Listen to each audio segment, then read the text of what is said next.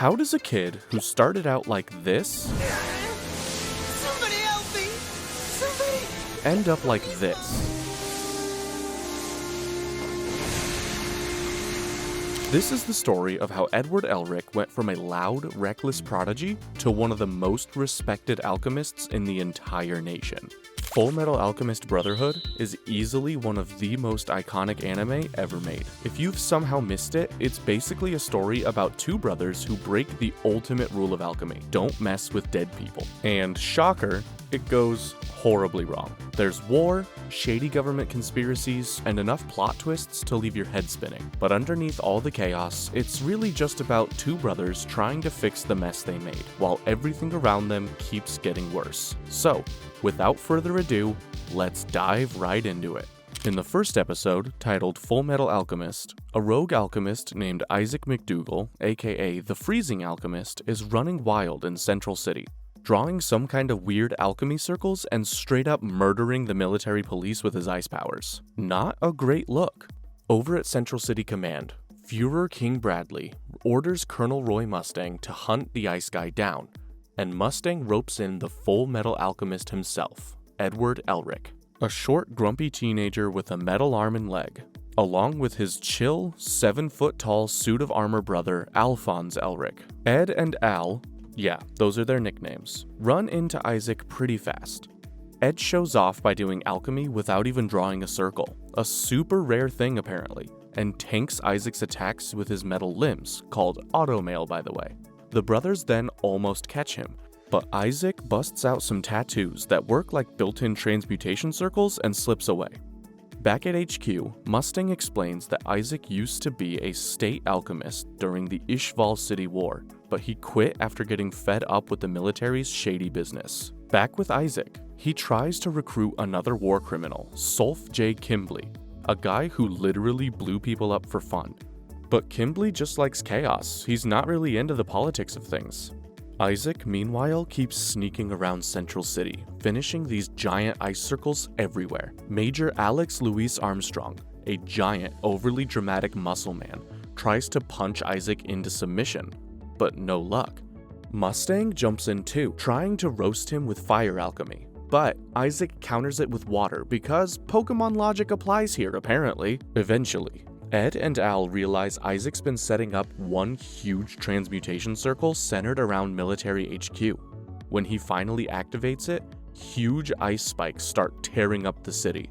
The boys then figure out that he's boosted by a Philosopher's Stone, a mythical item that lets you basically break the laws of alchemy, including the law of equivalent exchange, which just means that if you want to gain something through alchemy, you also have to lose something equally valuable. Isaac almost gets away, until he runs into King Bradley, who casually cuts him down like he's swatting a fly. As Isaac bleeds out, his Philosopher's Stone crumbles to dust. Somewhere else, a creepy woman and her sidekick hear the news and mutter something about Isaac being a potential human sacrifice. Whatever that means, it can't be good. In the second episode, The First Day, while heading to a town called Riol, Ed and Alphonse start thinking back to how their whole messed up journey even started. Flashback time! So when they were kids living in a small town called Rezimbul, their mom died due to an illness, and their dad was nowhere to be found. Heartbroken and way too confident in their alchemy skills, the brothers tried to bring their mom back using a forbidden form of alchemy: human transmutation. However, since the laws of equivalent exchange apply here, and they wanted to bring a whole human back from the dead, things kinda became complicated. During the ritual, Ed got sucked into a creepy white void with a giant stone gate and a spooky figure called Truth. Truth is sort of like the god of alchemy, and they admonished Ed for trying to play God. During this time, Ed was also being fed more information about alchemy than he could handle, since he was in an all-knowing kind of place. At the same time, Al's entire body got snatched away into the void, due to the law of equivalent exchange. Ed barely made it back to reality, missing a leg and bleeding out. But hey, at least they got their mom back. Well, no, they didn't. They were only able to conjure some horrifying blob that immediately died. To save his brother, however, Ed sacrificed his right arm to bind Al's soul to a suit of armor, and here we are. Back in the present, over at Central Command, Colonel Mustang is prepping to leave when he bumps into his buddy Maze Hughes, a super friendly, over-talkative officer. They chat about the Isaac McDougal case, and Mustang quietly reflects on why he recruited Ed into the military in the first place. We then get another flashback.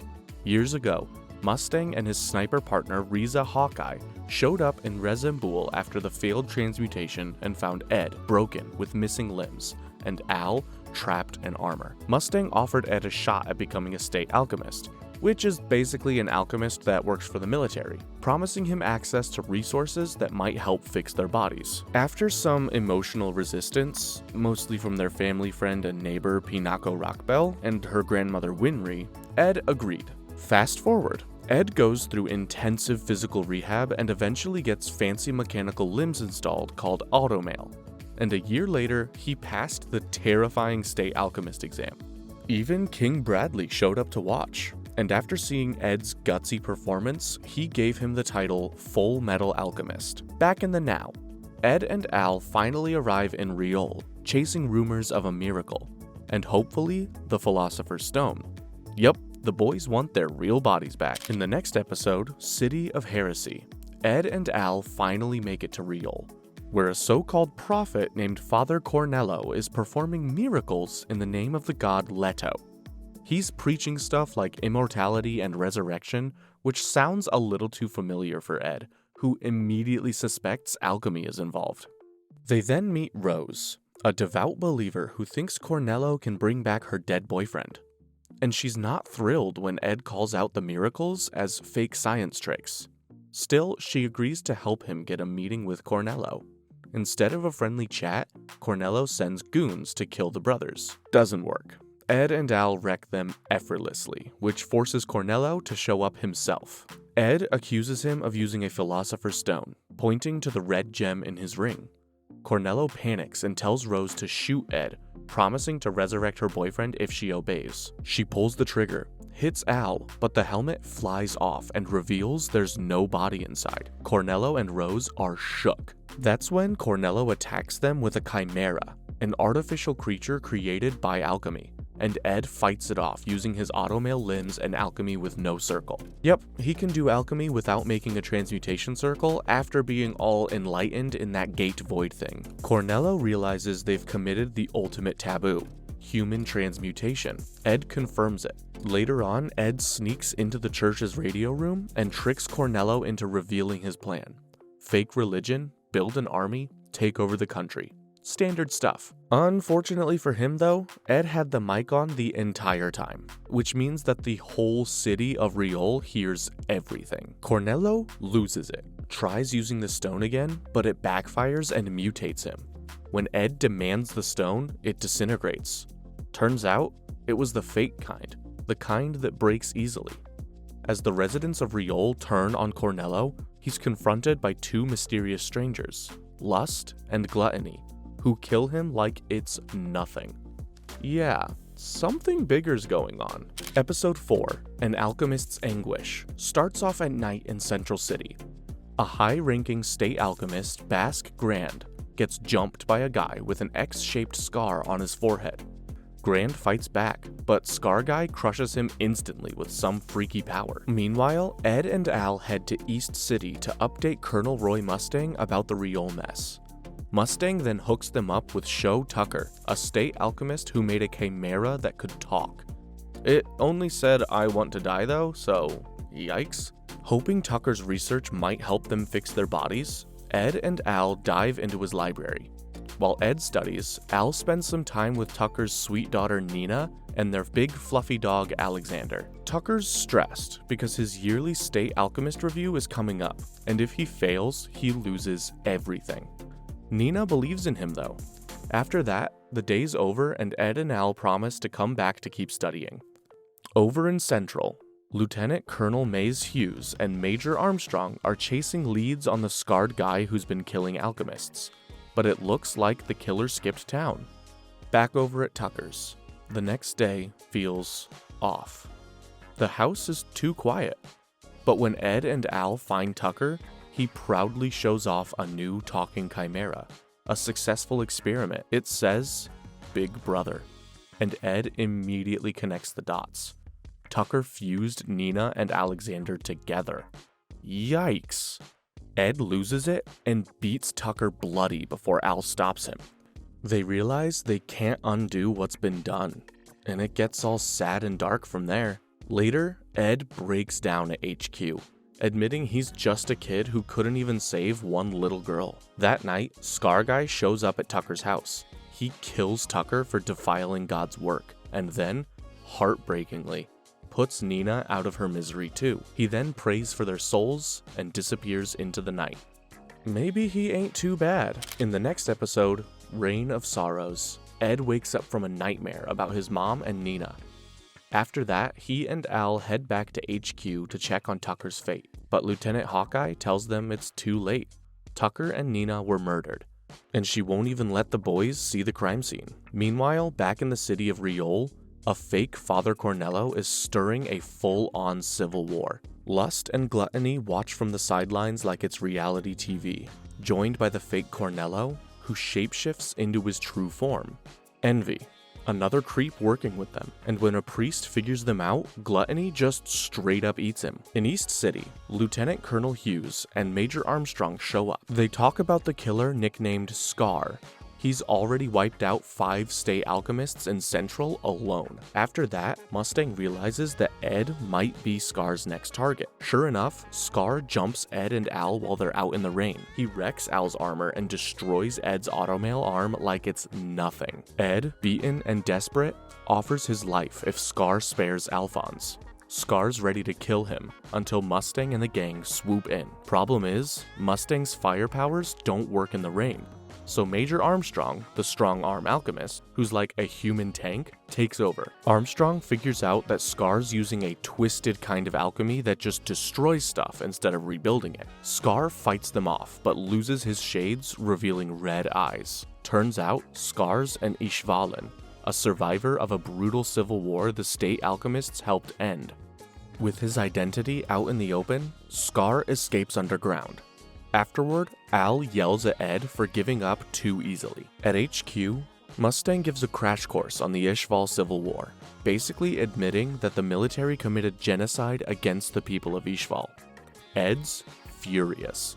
He says Scar's just using revenge as an excuse for murder, and now Ed's priority is getting his broken automail arm fixed. Episode 6, Road of Hope, takes place the next day. Lieutenant Colonel Hughes sees Ed and Al off as they leave East City with Major Armstrong tagging along. Since Scar nearly killed them both last time, they needed someone who can actually throw hands. While on the train, Armstrong spots a guy he recognizes, Dr. Marco, a former state alchemist who vanished after the Ishval Civil War. Marco panics and bolts, but they track him down in a quiet town where he's been hiding under a fake name, secretly healing people using alchemy. Marco's freaked out, thinking they've come to silence him, but eventually calms down and drops a bomb. His research during the war was used to create a Philosopher's Stone, and he actually has one, kind of. It's incomplete, and it can run out, but it works. Ed's obviously interested and asks to see his research, but Marco refuses. He's full of guilt over how his work was used to kill people and doesn't want anyone chasing the stone. Before they leave, however, Marco has a change of heart and gives Ed a note pointing to where his research is hidden. National Central Library, First Branch. Then Marco heads home and finds Lust waiting for him. The boys then swing by Resimbool to get Ed's busted automail fixed by Winry and Pinako Rockbell, who are basically family. Armstrong learns about their past, including how Ed burned down their house to force himself forward. He wouldn't have been able to continue his journey knowing he had the comfort of a home. He had to start from scratch. Then, Winry rebuilds Ed's arm and adjusts his leg while scolding him for getting wrecked again. As soon as the arm's attached, Ed rushes to fix Al's armor, making sure not to mess with the blood rune that holds Al's soul in place. The boys leave at dawn. Winry waves them off, only to realize she forgot to install one tiny bolt in Ed's automail.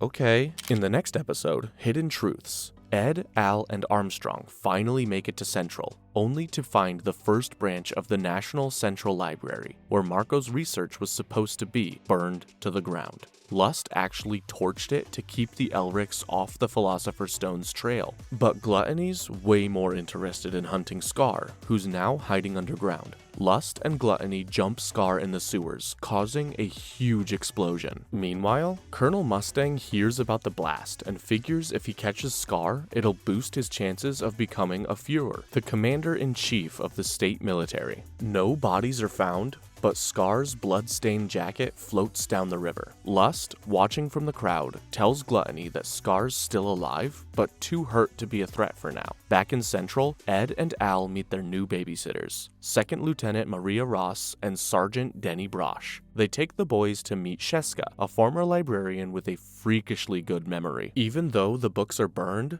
she remembers Marco's notes and rewrites them from scratch. After days of decoding, the boys finally crack the secret. The Philosopher's Stone needs live humans to be made. Horrified, they make Ross and Brosh swear to keep it quiet. Armstrong visits, and after some emotional blackmail, learns the truth too. Ed remembers Marco saying there's a truth behind the truth, and suspects more shady stuff is going on. He then finds an abandoned 5th library right next to the prison, perfect for using death row inmates to make stones. Armstrong warns them to stay away, but of course, Ed and Al sneak out that night. Ed crawls into the lab's vents while Al waits outside. Inside, Ed finds the place lit and humming. Meanwhile, 2 creepy suits of armor jumps Al out of nowhere. In the following episode, the 5th laboratory, outside Lab 5, Al's still scrapping with Barry the Chopper, the crazy empty suit of armor who's way too proud of being a serial killer. Barry keeps poking at Al's head, messing with him, suggesting that maybe Al's whole life is a lie, because he's just a soul someone slapped into some armor. And honestly, he kinda gets into Al's head because he starts freaking out a little. Meanwhile, inside, Ed's throwing hands and alchemy with Slicer, or technically Slicers, because surprise surprise, the dude's actually 2 murderers sharing one armor body. Ed manages to smack the head off the older brother, but the younger one jumps in and nearly finishes Ed off. Thinking fast, Ed copies the destruction move Scar used on him and blows the younger Slicer's body apart. Ed's beat to hell, but he wins, and he learns quick. Ed asks about the Philosopher's Stone, but before the Slicers can reveal anything, Lust and Envy show up and wipe them out. They're also weirdly annoyed that Ed almost got killed. Apparently, they need him alive for something shady. Ed tries to fight back, but his automail arm finally gives out and Envy knocks him out cold. Outside, Ross and Brosh show up just in time to save Al from Barry, but then Lab 5 literally starts collapsing. Out of the wreckage, Envy casually strolls out with Ed slung over his shoulder, dumps him with Al and the others, and bounces without explaining a damn thing. Back at Central Prison, which is next door, we get a quick look at Sulph J. Kimbley, a psycho bomber who gets way too excited hearing Lab 5 explode. And over the phone, Hughes tells Mustang he's getting promoted to Central, where he'll sit with all the big decision makers in the military. Good news, except it also means more enemies. In episode 9, Created Feelings, Ed wakes up in the hospital, still pissed about Lab 5 getting blown to hell before he could get any real answers about the Philosopher's Stone. Ross has had enough of his whining and slaps some sense into him, telling him to stop acting like a lone wolf. It actually works, and Ed chills out until he remembers he has to call Winry to fix his busted automail arm. Meanwhile, Al's off having a full-blown existential crisis, thanks to Barry the Chopper planting the idea that maybe he never was a real boy to begin with. We then see Winry rolling into Central. She gets dragged to the hospital by Major Armstrong and immediately feels guilty when she sees how wrecked Ed's arm is. She secretly blames herself for messing up the repairs, but Ed just assumes he broke it being reckless, so she lets it slide. After patching Ed up, Lieutenant Colonel Hughes swings by, tells Ed that the bodyguards are getting pulled soon, and offers Winry a place to crash at his house. She doesn't really get a choice. Hughes is very persuasive. At Hughes' place, Winry gets sucked into Hughes' daughter Alicia's 3rd birthday party chaos, and opens up a little about feeling left out of the Elric brothers' real struggles. Hughes, being the best dad ever,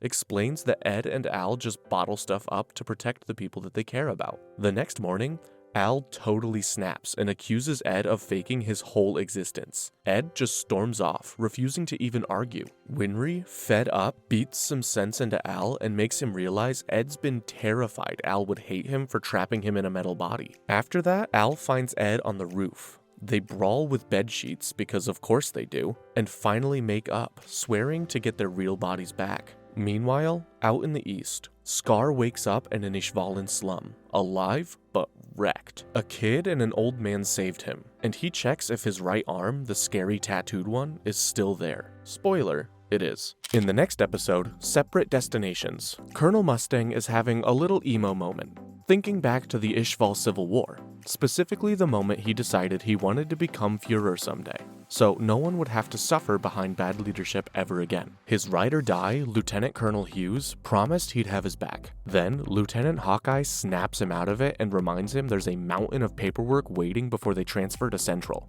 Meanwhile, Ed's in the hospital telling Al, Hughes, and Major Armstrong about the mess inside Lab 5. They don't have much to go on though, because someone conveniently turned the whole place into dust. As they try to figure out their next move, Führer King Bradley himself randomly shows up. He's super chill about everything, but he also just warns the boys to not dig any deeper into the subject for whatever reason and bolts off. After that, Winry shows up with train tickets to Dublth. The brothers are heading there to visit their old teacher for some serious training. Winry's hyped too because the route passes through Rush Valley, aka Auto Mail Paradise. Back in Central, Hughes notices some weird patterns in all the country's riots and battles. Something's not adding up, and when he digs into old records, he realizes it's really bad. Before he can warn anyone, Lust attacks him. Hughes manages to escape, barely, but gets stopped at a phone booth by Envy, who shapeshifts into his wife and kills him.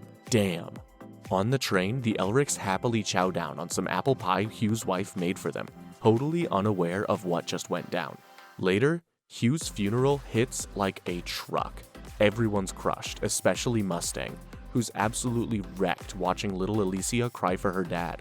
Afterward, Mustang starts poking around and realizes Hughes' death wasn't random, and it's somehow tied to the Elrics and the Philosopher's Stone. Okay, things are getting interesting. In the next episode, Miracle at Rush Valley, Ed, Al, and Winry hit Rush Valley. Basically, Disneyland for automail nerds. And Winry immediately loses her mind over all the tech. While everyone's gawking at Ed's metal arm, he realizes that someone jacked his state alchemist pocket watch. Turns out it's this local pickpocket named Panina, who has literal weaponized automail legs. The gang chases her into the mountains and ends up at the home of Dominic, a grumpy old automail engineer who made Panina's legs. Winry fangirls over his work and begs him to take her as his apprentice.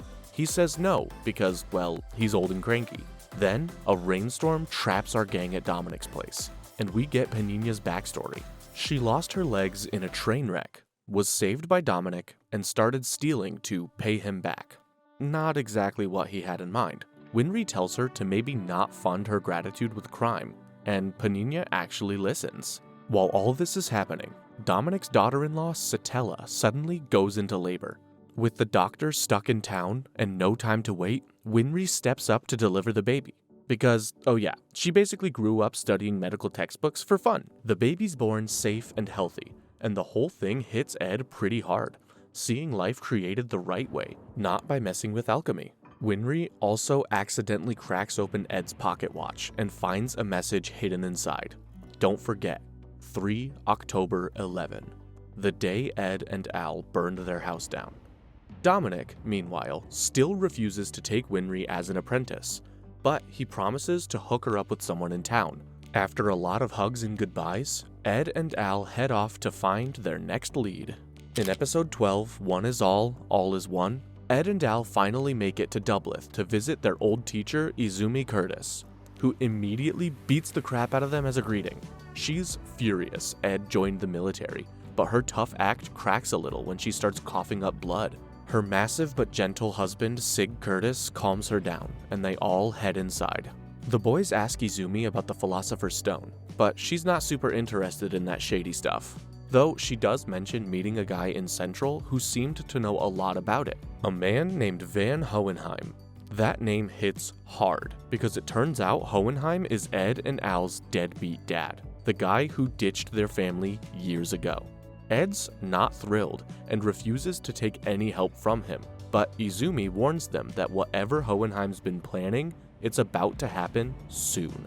Later, while they're all hanging out, Ed flashes back to how they first met Izumi. She saved their village from a flood using alchemy, and the boys begged her to teach them.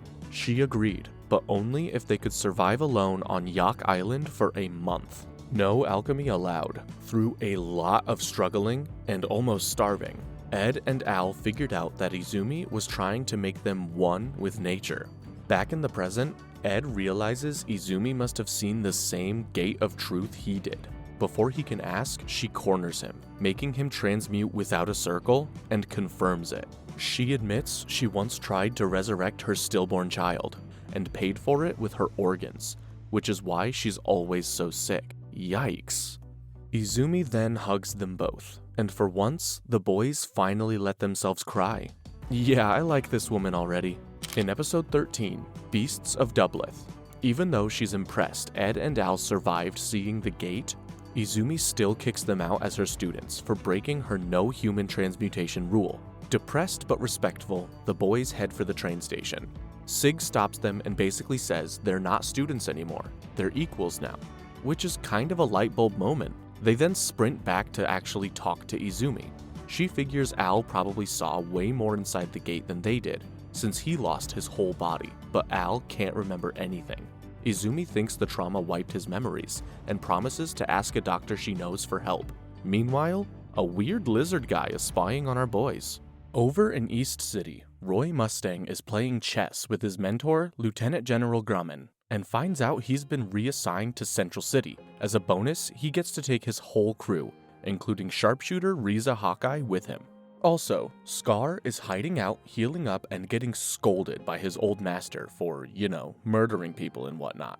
But Scar barely has time to think about it before bounty hunters show up thanks to a snitch named Yoki, and he's forced to leave again. Back in Dublth, Al gets lured into a trap by 3 new weirdos, who kidnap him for their boss.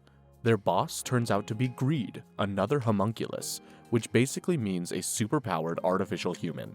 Greed shows off his Wolverine-level healing powers and demands to know how Al's soul is bound to armor, thinking it's the key to real immortality. As that happens, Ed shows up, wrecks Beto the lizard man who was spying earlier, and storms into Greed's hideout. He refuses to bargain, and instead throws hands. But Greed's got a trick. His ultimate shield armor. Ed figures out it's made of carbon and weakens it mid-fight, just barely hanging on, when Izumi herself smashes through the wall to back him up. In episode 14, Those Who Lurk Underground, Roy Mustang is trying to meet with the Führer King Bradley at Central Command, but he's nowhere to be seen. Instead, he's on some random mission down south. Suspicious timing. Meanwhile, down in Dublth, Greed is mid-fight with Ed and Izumi when he realizes it's time to bail, mostly because the military just rolled up. Greed grabs Al, and they're almost out, until Führer King Bradley personally shows up and blocks the exit. Turns out, Bradley's not just some old dude. When Greed tries to fight him, Bradley slices off Greed's arm like it's nothing. At the same time, Major Armstrong takes on Greed's chimera buddy Roa, who turns into a full beast mid-fight.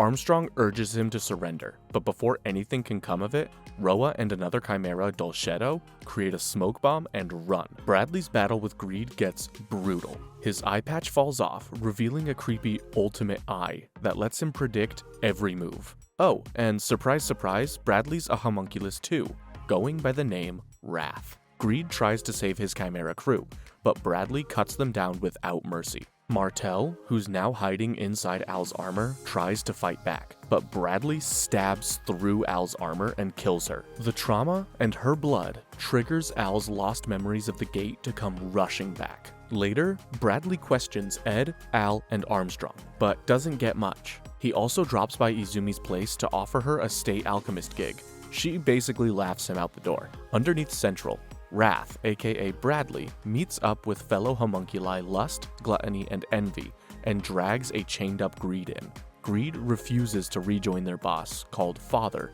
so they straight up melt him in lava and suck his Philosopher's Stone powers back. Damn.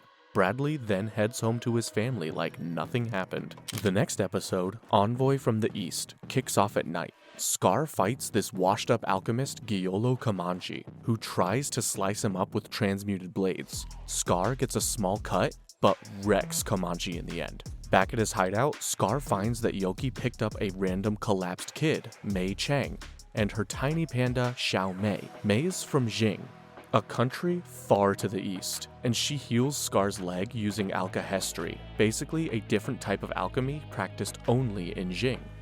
It draws power from the Earth's own life energy. Scar's tattoo grabs Mei's attention too, and Scar admits it's tied to some old research by his brother. We then find out that Mei's dream is to find Edward Elric and learn the secrets of immortality, mainly in order to help her poor clan escape poverty and misery. Over in Central, Lieutenant Hawkeye gets attacked by Barry the Chopper, but she just pulls a gun and handles it like it's a random Tuesday. She, Mustang, and Vato Fallman, one of the top intelligence officers in the military, then meet up to talk shady military conspiracies, soul-binding experiments, and confirm Barry had nothing to do with Maze Hughes' murder, but he still gets taken into custody. Meanwhile, Ed and Al hit Rush Valley for quick repairs on Ed's busted automail. Winry patches it up temporarily, but needs more parts. While killing time, they find a starving guy collapsed in the street. After feeding him, he introduces himself as Ling Yao, another visitor from Jing, hunting for the Philosopher's Stone to score immortality, and maybe the throne back home. After that, Ling's bodyguards Lan Fan and Fu jump in and a fight breaks out. After some goofy traps and insults, the brothers manage to catch both guards. Turns out, Ling is actually a prince, which cracks Ed up, but it's not long before he gets a kunai thrown at his face by Lan Fan for it. As the episode ends, Winry agrees to travel with the brothers to Central. Ling, of course, invites himself along too, while Scar and Mei head out on their own journey towards Central as well. In episode 16, Footsteps of a Comrade in Arms, Ed, Al, and Winry finally roll into Central City. Ed's exhausted, because Fu and Lan Fan spent the whole train ride spying on him. Fu goes off to look for their missing boss, while Lan Fan stresses hard over where Ling vanished. Turns out, Ling's just been wandering around starving, and when some cops find him and hear he's from Jing, they haul him off for being an illegal immigrant. Meanwhile, Colonel Gene Havoc, one of Mustang's most trusted subordinates, drops by the safe house where Fallman is babysitting Barry the Chopper. Barry's still being a creep, but Havoc's more hyped about having a girlfriend, and Fallman's just annoyed. The Elric brothers split from Winry, who's off to see the Hughes family, and head to Central Command to tell Lieutenant Colonel Hughes what they found, totally unaware that he's dead. Inside Command, Sheska covers for Mustang snooping around for files on Hughes' murder and Laboratory 5. But bad news, Envy disguised as an officer catches her slipping. After that, Mustang bumps into Major Armstrong, who confirms he didn't tell the Elrics about Hughes' death, trying to spare them from guilt. Mustang agrees not to tell them either and lies, saying Hughes just retired to the countryside. Yikes. But that cover story crumbles fast when Ed bumps into 2nd Lieutenant Ross and she accidentally reveals the truth, after which Ed bolts from the building, with guilt crashing down on him hard. While Winry visits Gracia Hughes, the wife of Colonel Hughes, and little Alicia, Ed and Al show up too. Gracia, holding it together like a champ, tells them not to waste Hughes' death. Just keep fighting. Back at their hotel, everyone's wrecked. Winry breaks down, admitting she'd been practicing apple pie so Hughes could taste it one day. Elsewhere, Envy, Lust, and Gluttony plot their next move. Ross gets framed for Hughes' murder, and Mustang sends Hawkeye to quietly dig into it. Meanwhile, Colonel Havoc's new girlfriend turns out to be Lust in disguise. In episode 17, Cold Flame, Douglas is grilling 2nd Lieutenant Ross, trying to pin Hughes' murder on her. He's got the bullet that killed Hughes, same type Ross uses, and paperwork showing she recently ordered new ammo. Ross tries to explain she fired her gun at Laboratory 5, but there's no evidence left because, well, the place exploded. Douglas also claims eyewitnesses saw Ross at the murder scene, to which she said she was visiting her parents, but close family isn't considered a reliable defense. Outside, Major Armstrong tries to visit Ross but gets denied. He runs into Brosh, who's frustrated that his report backing Ross is being ignored. Armstrong quickly realizes someone's trying to frame her. At their hotel, Winry suggests Ed and Al should just give up before they end up dead like Hughes. It's awkward and sad. Meanwhile, Fallman sees the news about Ross and alerts Mustang. Barry the Chopper is thrilled when he recognizes Ross's picture. Over at Central Prison, Barry crashes in, wrecks everything, and shows off that his armor's hollow. He busts out Ross and a starving Ling who was also locked up. After that, Barry tells Ross she's already been found guilty in the public's eye, so she runs with them. While escaping, Ross runs into Ed and Al, and right after into Mustang. In a weird twist, Mustang seemingly kills her with a massive blast of flame. Ed's furious, but Mustang coldly says he was just following orders. Later, Douglas didn't buy Mustang's story, but Mustang plays it cool. At the hospital, Dr. Knox, the autopsy doctor at Central Command, confirms Ross's body, and everyone's crushed. Then, Armstrong goes on vacation, secretly taking Ed with him under secret orders. Meanwhile, Ling signals Fu and Lan Fan with a flare to regroup.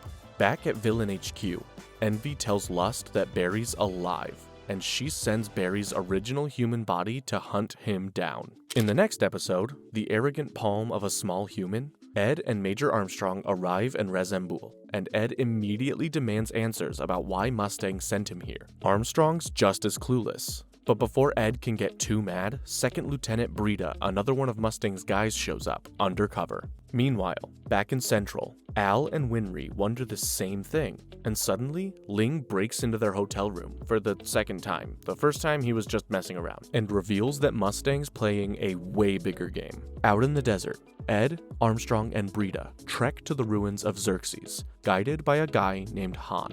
Ed nearly dies from heat stroke because automail and desert don't mix, but after a bath, he chats with Fu, Ling's bodyguard, about Xerxes' legend. Basically, two travelers survived Xerxes' destruction and started the alchemy systems in the cities of Amestris and Jing. The entire country of Xerxes was basically wiped out in a single day, and what actually happened remains a mystery. While exploring, they find Maria Ross, very much alive and mostly safe, with the exception of her arm. Turns out Mustang faked her death.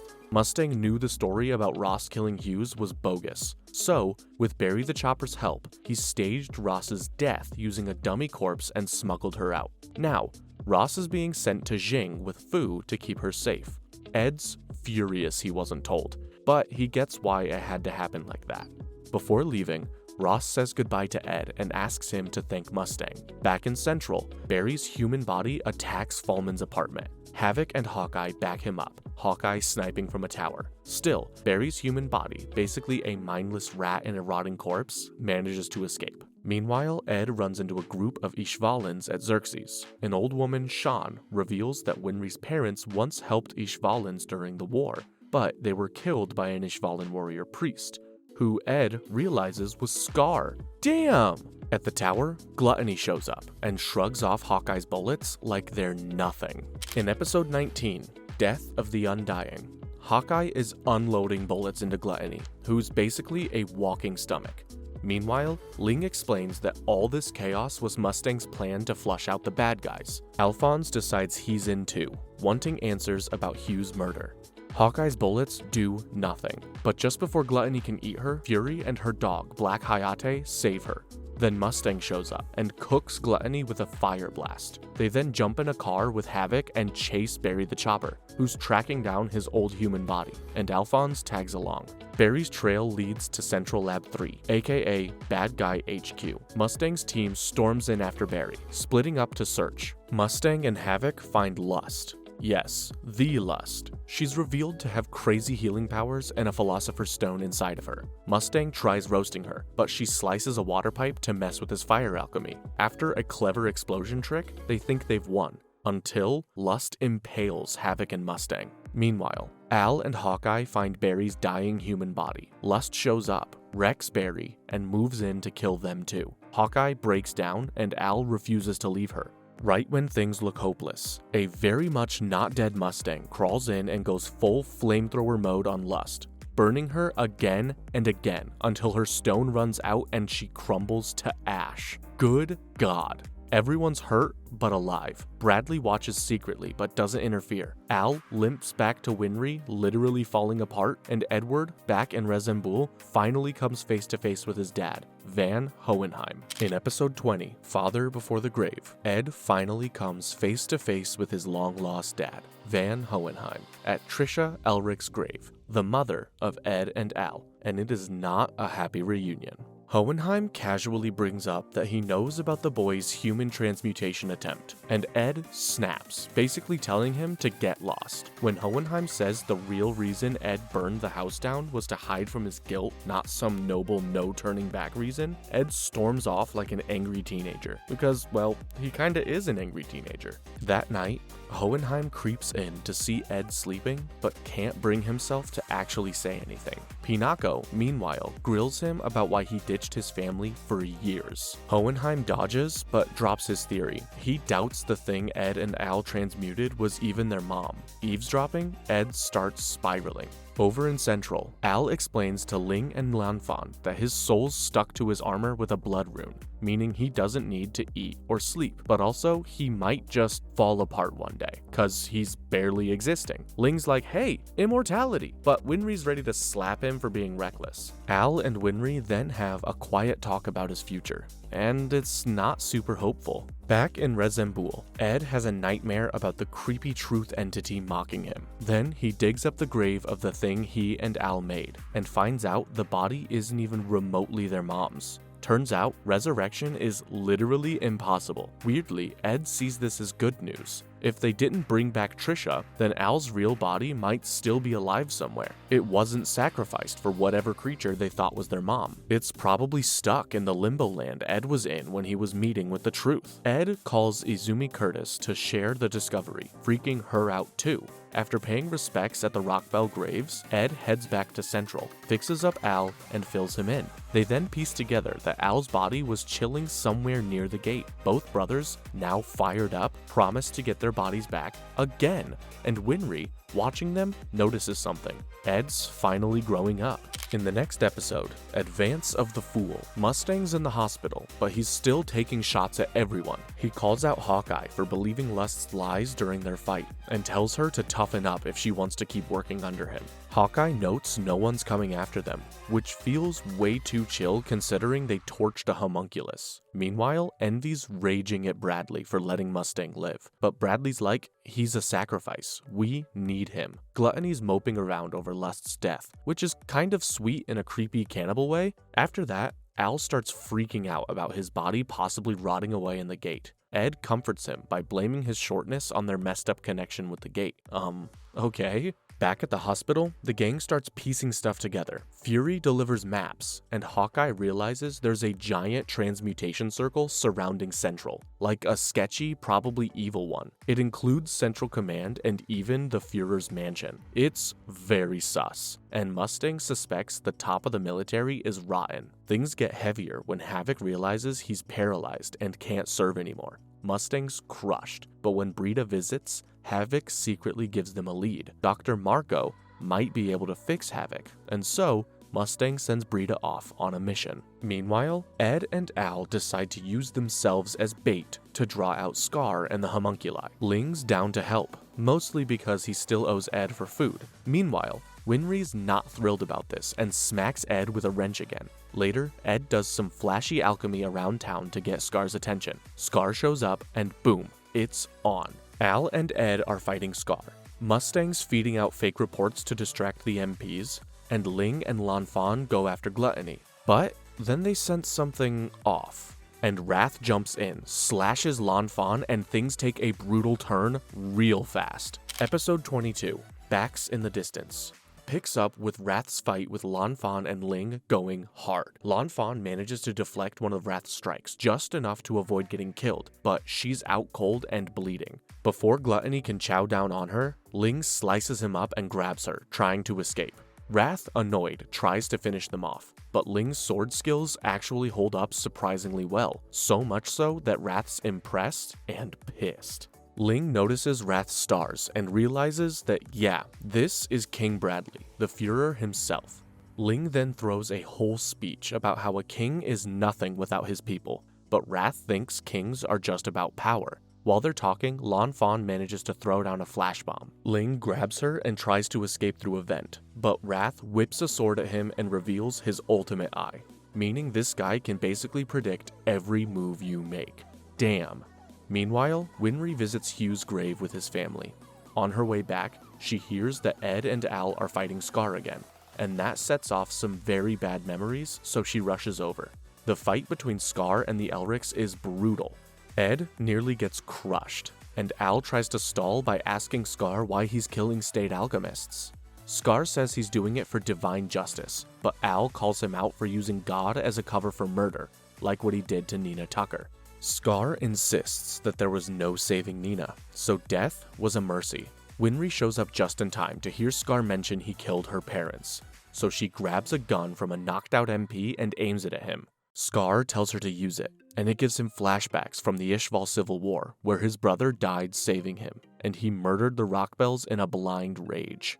Jeez. In the present, Ed steps between them. Winry hesitates, and Scar notices that Ed's defensive stance looks like his brother's. Al, meanwhile, jumps in and forces Scar back. Ed comforts Winry, telling her that her hands aren't made for killing. They're meant to save people. And the poor girl breaks down crying. In the next episode, Girl on the Battlefield, Ling escapes with an unconscious Lan Fan after blowing up the building to shake off Wrath and Gluttony. But Bradley isn't giving up. He orders Gluttony to track them by scent. Meanwhile, Ed gets Winry to safety with the military after wrapping her in his jacket, promising he'll explain what happened later. Winry, feeling helpless, watches him run back into the chaos. Mustang hears about Winry over the radio and sends Hawkeye out in disguise to back everyone up, telling her to meet him later at a safe house while he stays behind to avoid blowing his cover. Still on the run, Ling finds himself cornered by Wrath. Realizing Lan Fan's too injured to keep moving, she tells Ling to leave her behind so he can reach his goal, but he refuses. Meanwhile, Al's holding his own against Scar until Scar uses steam to blind him. Ed returns just in time to stop Scar from finishing Al off, but Gluttony crashes the fight. Scar recognizes him, and the brothers realize Gluttony's another homunculus. While Wrath follows behind a trail, he finds Lan Fan's severed arm. She sacrificed it to throw him off. Jeez. Meanwhile, Ling, shirtless and grimy from crawling through the sewers, shows up to help Ed and Al restrain Gluttony with some improvised alchemy. Hawkeye arrives disguised as a doctor and helps load Gluttony into a jeep with Ling. As Scar escapes with help from May, Winry confronts Ed about everything she heard. He finally tells her the truth about her parents, and later, the Elrics see her off at the train station. At that moment, Winry realizes she might be in love with Ed. Finally! Then, Mustang gathers everyone at Dr. Knox's house to tend to Lan Fan's wounds. Dr. Knox is a military surgeon, by the way. Anyway, this is when Ling finally reveals to everyone that King Bradley is a homunculus. Meanwhile, things turn tense when Gluttony hears Mustang's name, remembering he killed Lust and suddenly transforms, unleashing a monstrous eye from his stomach and tearing through the house. In the next episode, Inside the Belly, Envy drops off food for Dr. Marco, who's being kept prisoner. But Marco's not eating. He knows he's being saved for something big, and Envy straight up confirms it's tied to a giant transmutation circle using the country itself. Then, just to be extra creepy, Envy casually brags about killing a man by shapeshifting into his wife. Meanwhile, Pride, still hiding in the shadows, has a quick chat with Wrath, aka King Bradley, about Gluttony being MIA, Scar slipping away, and Mustang being a thorn in their sides. And Wrath suspects Mustang knows where Gluttony is. Cut to the safe house, where Gluttony's fully lost it. His body mutates into a horrifying mess with a weird gate-like void in his stomach. Mustang, Hawkeye, the Elrics, and Ling try to hold him off. Mustang goes for a flame attack, but Gluttony just slurps it up. They then bait him into the woods and manage to sneak him and Lan Fan away from Knox. Now it's just Ed, Al, and Ling left to deal with this walking black hole. That's when a random dog turns out to be Envy, who came to clean up the mess. Envy tells Gluttony to stand down. Mustang and the Elrics are too important, but Ling isn't on that list. so Gluttony's free to kill him. Ed distracts Gluttony, letting Ling go full assassin mode on Envy. Envy shapeshifts into Lanfan to trick Ling, and it works. All while Gluttony swallows all three, Ed, Ling, and Envy, in one go. Al watches in horror as Gluttony admits that he can't spit them back out. Oopsies. Back in Central, Mustang realizes too late that the entire top brass, including Raven, a general in the high command, Bradley, everyone is in on the conspiracy. He and Ed are in way deeper than they thought. Meanwhile, Ed wakes up somewhere terrifying and mysterious, alone and bleeding. In the next episode, Doorway of Darkness, Ed wakes up in a dark, blood-soaked void, totally alone. He yells for Al, nothing. Then he tries Ling, and bingo! After a classic insult exchange and some mutual paranoia, each accusing the other of being Envy, they figure out they're both real. Ling guesses they're literally inside Gluttony's stomach, and all that weird junk lying around like Hawkeye's car and part of the house backs that up. Back outside, Mei Cheng's sulking over losing her tiny panda, Xiao Mei. She shares her backstory. Her clan is the weakest in Jing. Xiao Mei was abandoned like her, and they bonded over mutual struggle. Now, she's hunting the Philosopher's Stone to save her clan. Scar, hearing all this, agrees to help find the panda, and Yoki's just kind of there. Back inside the Nightmare stomach, Ed and Ling are starving. Ed ends up cooking his own boot because, yeah, desperate times. Just as things are getting bleak, they run into Envy, who drops some horrifying lore. This isn't just Gluttony's stomach, it's a failed copy of The Gate, made by someone called Father. There's no way out, so they're all just going to rot in here. Then it gets worse. Ed asks about the Ishvalin War, and Envy casually admits he kicked off the whole thing by disguising himself as a soldier and shooting a child. Ed, furious, punches him. Envy, of course, blocks it and transforms into his actual form, this towering, grotesque monster made of screaming faces. Meanwhile, Al decides to follow Gluttony and Xiao Mei to go meet Father himself, no longer fearing him. At Central, the top brass confirms their chosen sacrifices: Ed, Al, Marco, Kimberly, and possibly Mustang. Bradley then gives Mustang a creepy history lesson about how the Homunculi have been running the country since day one. Oh, and he reassigns all of Mustang's allies, including Hawkeye, who's now stuck as Bradley's personal assistant. Might as well, since the cat's out of the bag now. In the following episode, Reunion, Envy's giant monster form is still wrecking Ed and Ling, but Ed starts getting haunted by the creepy, tortured voices coming from the souls trapped in Envy's body, especially the one that sounds like Nina. It shakes him up hard, but then he notices something weird. Some of the ruins inside Gluttony's stomach are from Xerxes, the advanced civilization that was wiped out 400 years ago. That gets Ed thinking, maybe they can escape. If he uses the Philosopher's Stone inside Envy, maybe he can open the real gate and get out. And Ed can do that since he has all that extra knowledge about this gate stuff. Meanwhile, Scar and Mei are sneaking underground, following Al, who's tagging along with Gluttony. Xiao Mei's still chilling on Al's shoulder. Mei mentions the underground air feels super cursed, like there are people crawling around just beneath their feet. They're eventually attacked by a swarm of freaky chimera guards, but they manage to fight them off. Still, Mei says the bad vibes are coming from even deeper. Back at Central, Bradley sits Mustang down for the evil backstory chat. Turns out, he was raised in a secret program where kids were basically groomed to become Führer. He survived being injected with a Philosopher's Stone, barely, while every other candidate died. He's the one left with a soul of his own, and that's how Wrath was born. Inside Gluttony, Ed, Envy, and Ling team up, yes, seriously, to reassemble the broken mural from inside Xerxes. Ed figures out it's a giant human transmutation circle, probably used to wipe out Xerxes all those years ago and turn those poor people into a Philosopher's Stone. He accuses Father of planning to do the same in Amestris, but Envy dodges the question. Ed decides to use a sliver of Envy's stone to get them out, even though it's powered by sacrificed lives. He makes it to the gate, only to not see one, but two gates. One belongs to him, and in the other, Al's body is there, alive but empty. Ed tries to drag it back, but the body won't move without its soul. All he can do is swear he'll return with Al. In this next one, Father, Al and Gluttony finally reach the creepy underground lair where they meet Father, a guy who looks exactly like Hohenheim. As soon as Al sees him, he's like, "Dad?" But nope, turns out this dude just shares the face. Right after that, Gluttony basically explodes, vomiting up Ed, Ling, and Envy in a super gross reunion.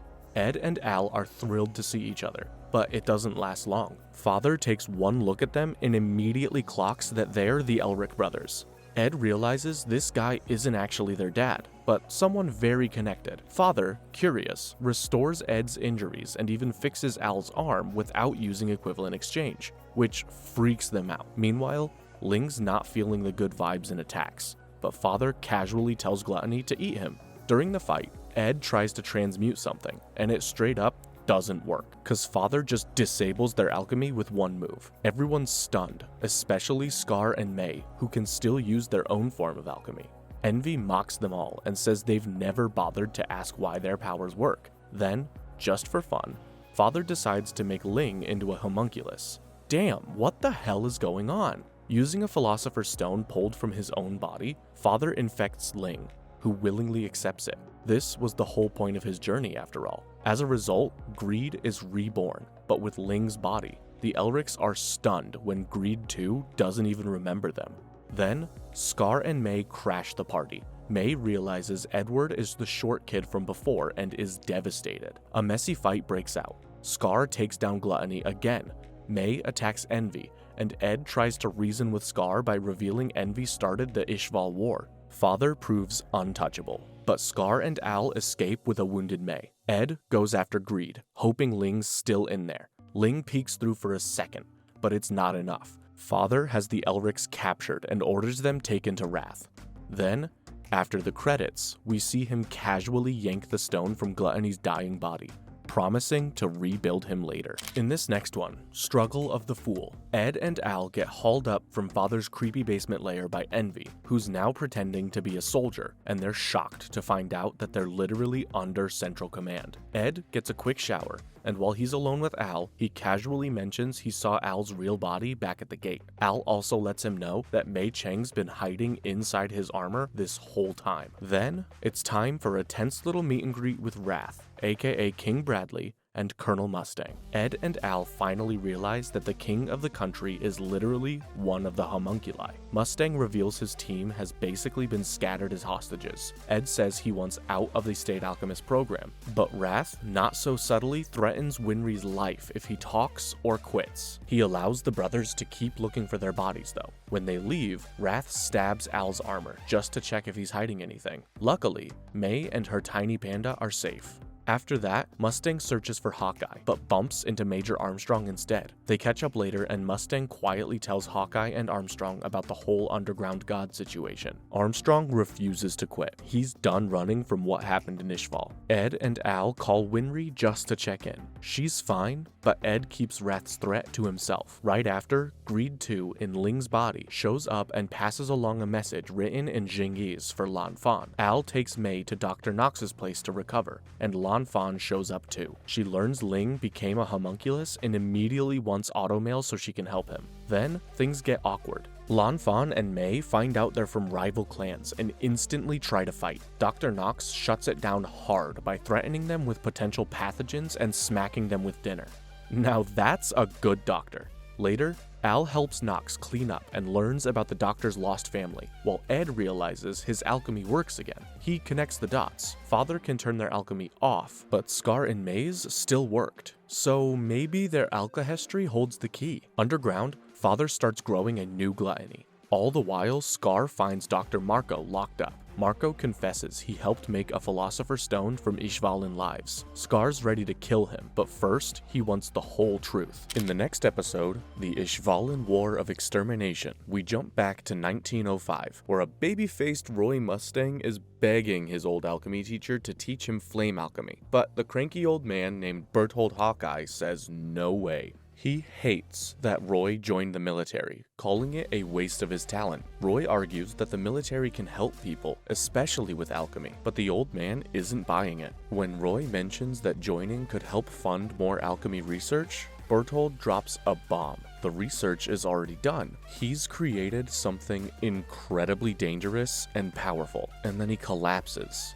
As he dies, he tells Roy to protect his daughter Riza because she holds the secret. A few days later, after the funeral, Roy meets Riza at her dad's grave. He gives her his contact info and tells her to call him if she needs anything. She doesn't seem mad at him for becoming a soldier. Instead, she wonders if Roy might be the one person who can actually make her father's dream mean something. Now, back in the present day, Riza's at home, post-shower, covered in scars and a weird tattoo on her back. Edward Elric drops by. He's heard she got reassigned and returns her gun. As she cleans it, they talk about Winry, about loss, about carrying guilt. Ed's torn up about how much Winry's already suffered, and Riza tells him to survive for her sake. When Ed asks if she regrets using her gun, Riza admits she's taken too many lives to complain now. Then, Ed asks what happened during the Ishval Civil War. We then cut to Scar threatening Marco for answers. Marco reveals Amestris started the war in Ishval on purpose to make a Philosopher's Stone by sacrificing Ishvalin lives. And the man who got that stone is Solf J. Kimbley, the same guy who slaughtered Scar's family. The next episode, the 520 Sen's Promise, starts beneath Central Command. Envy discovers a bunch of fake corpses and the word vengeance painted on the wall.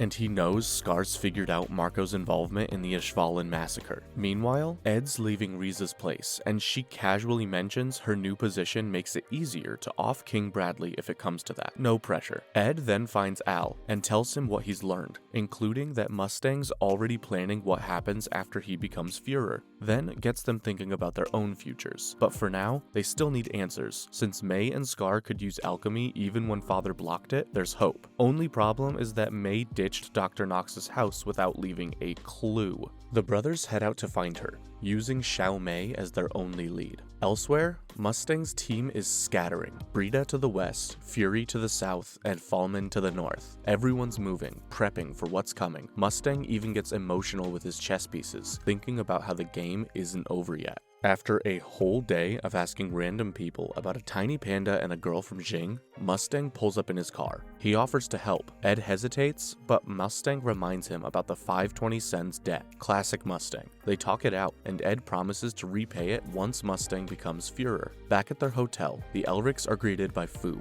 Ling's other bodyguard. He's finally back from Jing after safely delivering Maria Ross. He scolds Lanfan for losing her arm, but then breaks down crying over it. Even Dr. Knox gets a rare thank you for saving her. Meanwhile, Kimbley, the sociopathic war criminal with a love for explosions, is released from prison. Envy personally hands him a Philosopher's Stone and tells him to go kill Scar and find Marco. Kimbley's all too happy to be back in the game. And yeah, Scar just decided their next stop is the north. In episode 32, The Führer's Son, Edward and Alphonse are still on the hunt for Mei Chang, walking around Central asking people if they've seen a weird little black and white cat. Over in East City, Mei bumps into an old woman and lets it slip that she's headed to the north area. The guy she's traveling with is Cloak, but we already know it's Marco. The old woman clocks her cat, Xiao Mei, and clearly finds it suspicious. In Central Sewers, Scar and Marco dodge the military again. Kimbley gets word of this and starts tracking their trail west. He heads to the train station, spotting that same old woman from earlier and gives a weird smile. Uh-oh.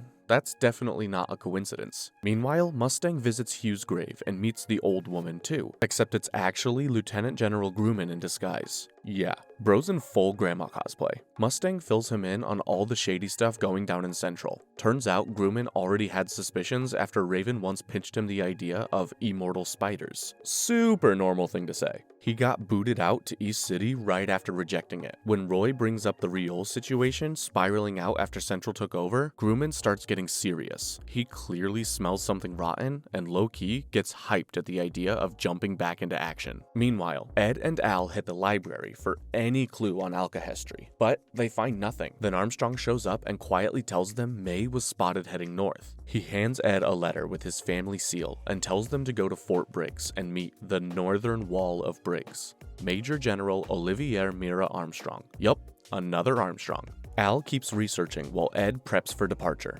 Then, a kid spots Al, fanboys hard, then fangirls even harder when Ed shows up. To their surprise, this little kid is Selim Bradley, son of the Führer. The Elrics are invited to their place, and yeah, things get weird. The family seems totally normal, but when King Bradley drops in, smiling and polite, Ed and Al can't shake the weird feeling. These people are living with a monster and don't even know it. Elsewhere, Scar and Marco vanish off a moving train to keep ahead of Kimberly. Meanwhile, the Elrics head north, hoping the answers they need are waiting at Briggs.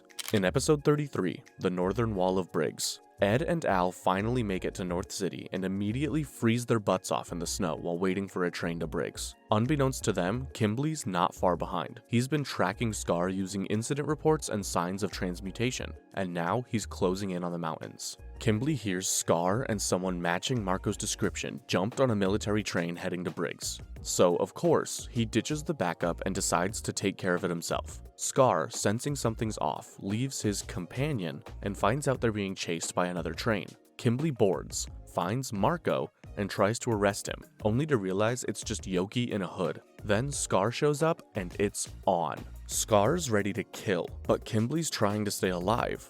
Both remember each other from the war, and Scar's pissed. Kimberly gets stabbed and pinned, but uses a Philosopher's Stone to blow the train apart and escape. He rides off, wounded but still grinning like a lunatic. Meanwhile, the real Marco and May are still heading north and find Scar's hidden alchemy notes buried in the snow. Back in Rush Valley, Winry hears Ed and Al are in the north and freaks out. She's not wrong. They're getting wrecked by the cold. While climbing towards Briggs, they get ambushed by a dude with a chainsaw arm named Buccaneer. Their alchemy's useless on him. Ed almost loses his automail, and they're surrounded by Briggs soldiers. Just when it seems like they're done, a woman steps out from the fortress above. This is Major General Olivier Mira Armstrong, and she does not do warm welcomes. Ed drops his brother's name, but she couldn't care less. She lets them in anyway, but only because she wants to judge them herself. Inside Fort Briggs, Ed wakes up in the infirmary and learns he almost got frostbite thanks to his metal arm being super conductive in the cold. The reason his alchemy didn't work on Buccaneer's arm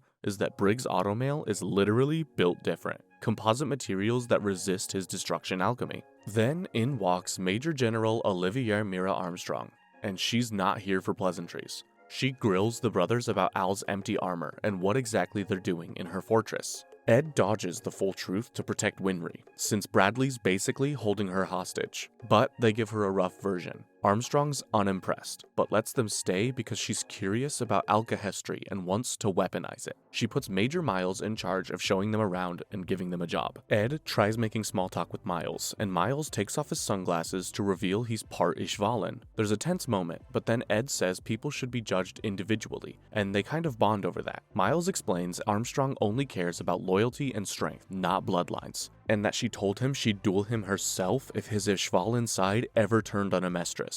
Respect. They're on icicle duty, and their new supervisor is Vato Fallman, formerly of Mustang's team, now stationed at Briggs. He gives them a tour, including the R&D lab and the fortress's lowest level, which powers the whole palace. But engineers there have been hearing digging. Then we meet Sloth, a massive brute with the homunculus tattoo. He breaks in from underground, clearly not the stealthy type. Armstrong is called in, goes full commando, and even fires a tank at him, but it barely scratches him. The Elrics know that Sloth is another father-curated homunculus, but to hide all that deep stuff from Armstrong, they say that Sloth looks like a spy from Drachma, a neighboring country. Later, they admit that Sloth isn't a Drachma spy, but they can't say who sent him. Armstrong doesn't press, however. She just calls for tank fuel. She's about to introduce Sloth to something worse than fire, Briggs-style warfare. In the episode The Shape of This Country, Sloth's out cold in the snow, and Armstrong isn't wasting any time. She tosses the Elrics in the brig to keep up appearances and demands answers later. Meanwhile, her team starts checking out the tunnel the homunculus crawled out of, and it's way bigger than expected. Elsewhere, Major Miles checks in on Kimberly, who's still recovering at the hospital after his encounter with Scar. Kimberly's all smug until Miles, very much an Ishvalin, warns him not to act so tough in Briggs' backyard. Before the tension can boil over, General Raven shows up with a creepy doctor, the same gold-toothed guy who helped create Wrath, ready to patch Kimberly up fast. cut to May and Marco hiding out in Scar's brother's old lab. Marco can't make sense of the alchemy notes, so May tells him about the dragon's pulse, this weird natural energy her people use from alchemy. Amestrian alchemy, apparently, runs on a totally different power source, something way darker. Over at Briggs, Olivier leads Ed, Al, Fallman, and Buccaneer into the tunnel. Once deep enough to talk freely, Ed and Al finally spill everything. The homunculi, the Philosopher's stones, even the government's twisted roll. Ed pieces together that the tunnel forms a massive circle around Amestris, and when they mark past bloodshed locations, it lines up with a giant transmutation circle. Yeah, Amestris itself was built as one big alchemical battery to make a Philosopher's stone. And the final bloodshed spot is right where they're standing, Briggs. Before they can freak out too much, a scout runs in. Raven's arrived. Olivier plays it cool and invites him to chat. Meanwhile, Ed and the gang eavesdrop through a hidden mic as Olivier subtly drops hints about immortality and unkillable soldiers, just to confirm Ed and Al's story, and Raven ends up revealing way more than he should have, thinking Olivier wants to be in on the shady stuff that they're planning. Episode 36, Family Portrait. Starts with Hohenheim out in the middle of nowhere, literally ripping holes into his chest and letting bits of a Philosopher's stone fall out. Because, yeah, turns out his immortal body is powered by souls. He starts naming the dead people inside him like he's trying to honor them, or maybe just to get some peace. Then we flash back 13 years to him being a distant dad to baby Ed and Al, terrified he'll pass his immortality curse onto them. Trisha tries to talk him down, reminding him she's fine despite being with him, but it's too late. He regrets everything now that he has a family. They take a family photo, and it's the saddest smile ever. Then, one day, Hohenheim quietly leaves, asking Trisha not to tell the boys why. Back in the present, Briggs' soldiers checking Sloth's tunnel get completely obliterated by a mystery figure. Armstrong is playing with Raven's head, pretending to buy into his immortal army nonsense. When Ed and Al show up as prisoners, they meet Kimberly. After investigating the missing team, Raven just shrugs and wants the tunnel sealed. Armstrong objects, but plays along. Meanwhile, Scar knocks out some snooping soldiers and decides to relocate with Marco and May.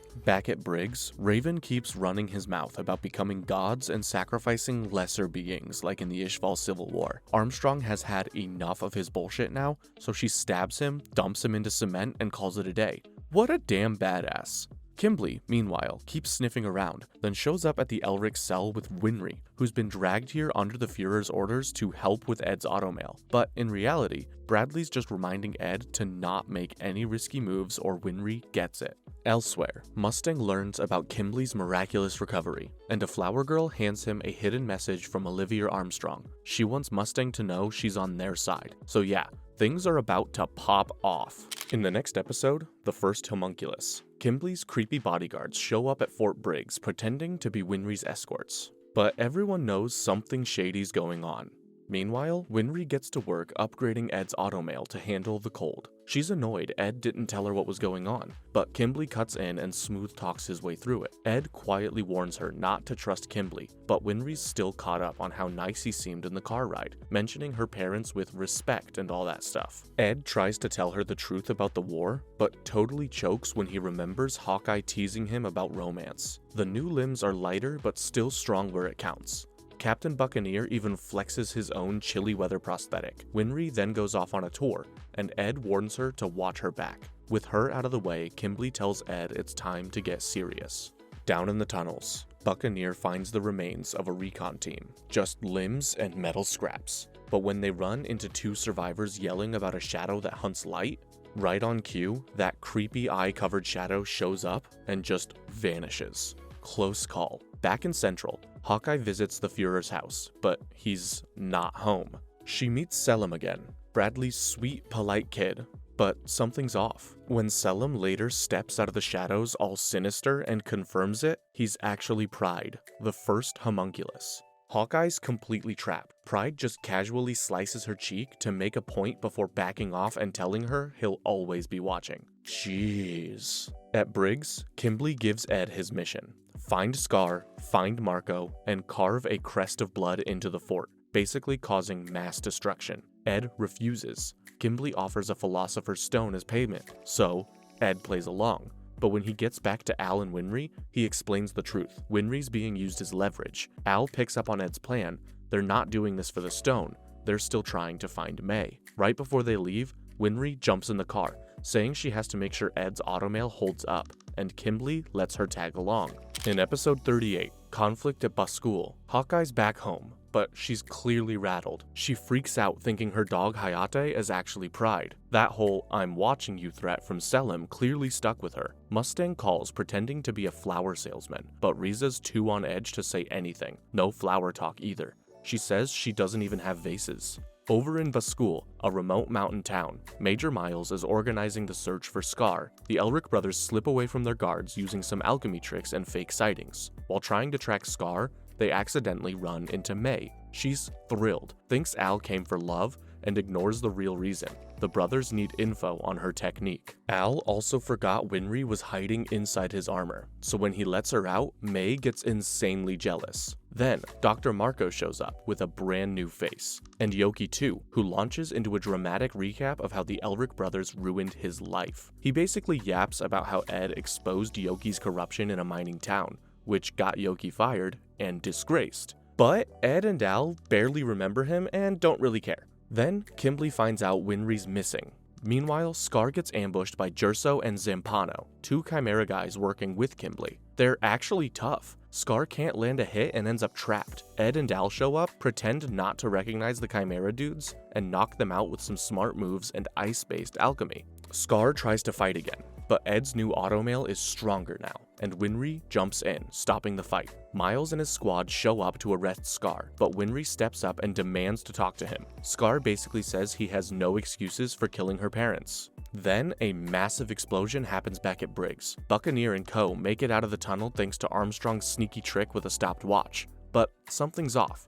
Central Command is sniffing around. And back in Bascule, Ed rushes out yelling that Scar kidnapped Winry. Yeah, he's up on the roof holding her hostage. In the next episode, Daydream, Scar holds Winry on a rooftop like King Kong and taunts Kimberly just to mess with him. Ed flips out and yells at Kimberly for letting this happen, but Kimberly barely reacts.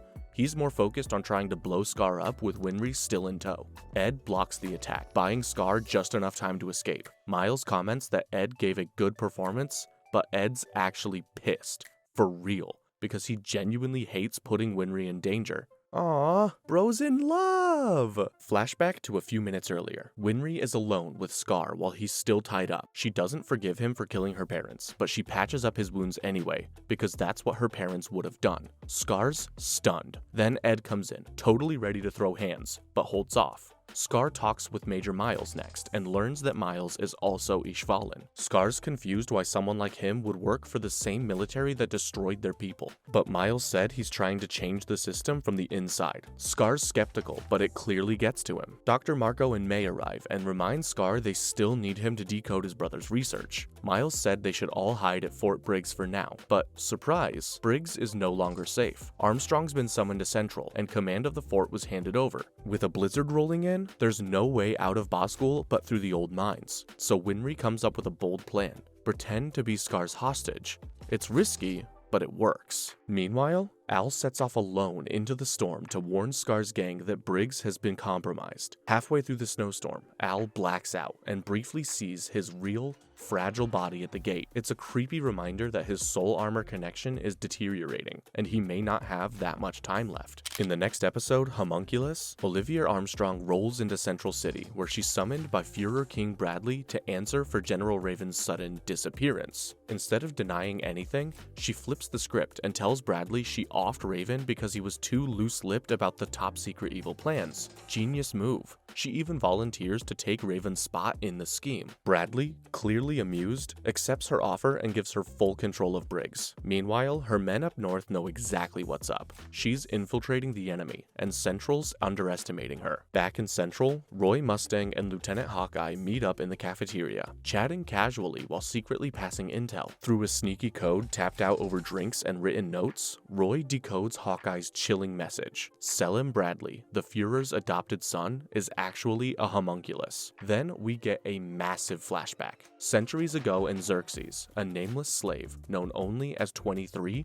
meets a shadowy creature in a jar, the OG homunculus. This OG homunculus is born from the slave boy's blood. To thank the slave boy for birthing him, the homunculus gives him a name, Van Hohenheim. Over the years, Homunculus teaches Hohenheim reading, writing, and alchemy. Eventually, the king of Xerxes demands immortality, and Homunculus delivers by tricking the entire nation into becoming a giant human sacrifice. Hohenheim survives, but now contains half the souls of Xerxes, making him immortal and traumatized. Cut to the present day. Hohenheim runs into Izumi Curtis, Ed and Al's teacher. When she collapses mid-cough, he performs some insane alchemical surgery right there on the spot. He's a Philosopher's Stone in human form. Back up north, Ed warns Miles about Kimblee's stone, admitting he's terrified of what a bigger one might mean. In episode 41, The Abyss, Scar's crew is still hiking through snowy tunnels. When Winry trips, May finds a stash of old dynamite. Yoki, who's still somehow useless, says it's too wet to explode. Scar tells everyone to move faster before someone finds them. Back at Briggs, Major Miles plans to quietly wipe out Kimblee and his men. Ed pushes back. He wants to interrogate Kimblee, not kill him, but Miles doesn't think Kimblee will talk and says playing nice could get people killed. Ed brings up two human-based chimeras, Darius and Hankel, who are on his side for now, but Miles doesn't trust them either. Once alone, Miles admits Ed's heart is in the right place, but the world doesn't work like that. Meanwhile, Scar's group pauses so Scar can translate ancient notes. There's a weird connection between alchemy, immortality, and gold. May says the idea of a gold person comes from a blonde Westerner who taught alchemy to her people, basically someone like Ed and Al. Then they find the exit, but the snow is too deep, so it's piggyback time for May. Suddenly, they find Al's body half buried in snow. He caught up by going around the mountain. He breaks the bad news. Central has taken over Fort Briggs and Armstrong's been called away. Scar suggests they hide in a nearby town called Azbek. To cover for Al's absence, Ed has a Briggs soldier pretending to be him, but Kimblee's suspicious and only trusts his two chimeras now. He heads for the mines. Briggs snipers are ready to take him out until Ed walks into their sights, trying to talk Kimblee down. Kimblee's not buying it. He causes a blizzard with alchemy and sends his chimeras after Ed. Ed takes them down with chemical warfare, ammonia gas, and catches up to Kimblee. He even disables Kimblee's alchemy until Kimblee pulls a second Philosopher's Stone from his mouth and sets off a huge explosion. Ed survives, but is impaled and bleeding badly. Al collapses miles away, sensing something's wrong. Ed frees the chimeras and somehow stops the bleeding using medical alchemy, literally sacrificing part of his life to survive. Darius and Heinkel are stunned. They decide to take Ed to a doctor and leave the mine, carrying him out with Kimblee's dropped Philosopher's Stone in hand. In the next episode, Signs of a Counteroffensive, Al wakes up in pieces. The gang couldn't carry his big armored body into the cabin without taking him apart. As Winry helps put him back together, careful not to mix up arms and legs, he admits he blacked out, something that shouldn't happen to a soul stuck in a suit. While they work, May suddenly gets an idea. She tears apart the notebook binding and rearranges the pages that mention gold and immortality. That triggers a discovery. Scar's brother had figured out the nationwide transmutation circle being built across the country. Everyone's shaken, but Al pushes them to dig deeper. After a sneeze from Yoki flips some pages upside down, Al has his own breakthrough. The symbols, when flipped, reveal a counter-array based on alchemy. There might be a way to stop this thing after all. Elsewhere, Kimblee stumbles across a massive tunnel underground. It's Sloth, still digging away. But then Pride shows up and orders Kimblee to ditch the Scar chase and head back to Briggs. That Crest of Blood plan is on. At Briggs, Miles reports that Ed, Kimblee, and the two chimeras have vanished. The info travels fast. Fallman hits up Brita in West City, who fills him in on the insane border wars. But the real issue is that big old tunnel underneath him. Sloth just finished it. The circle is complete. In Riol, Hohenheim shows up looking starving. Rose leads him to the Church of Leto,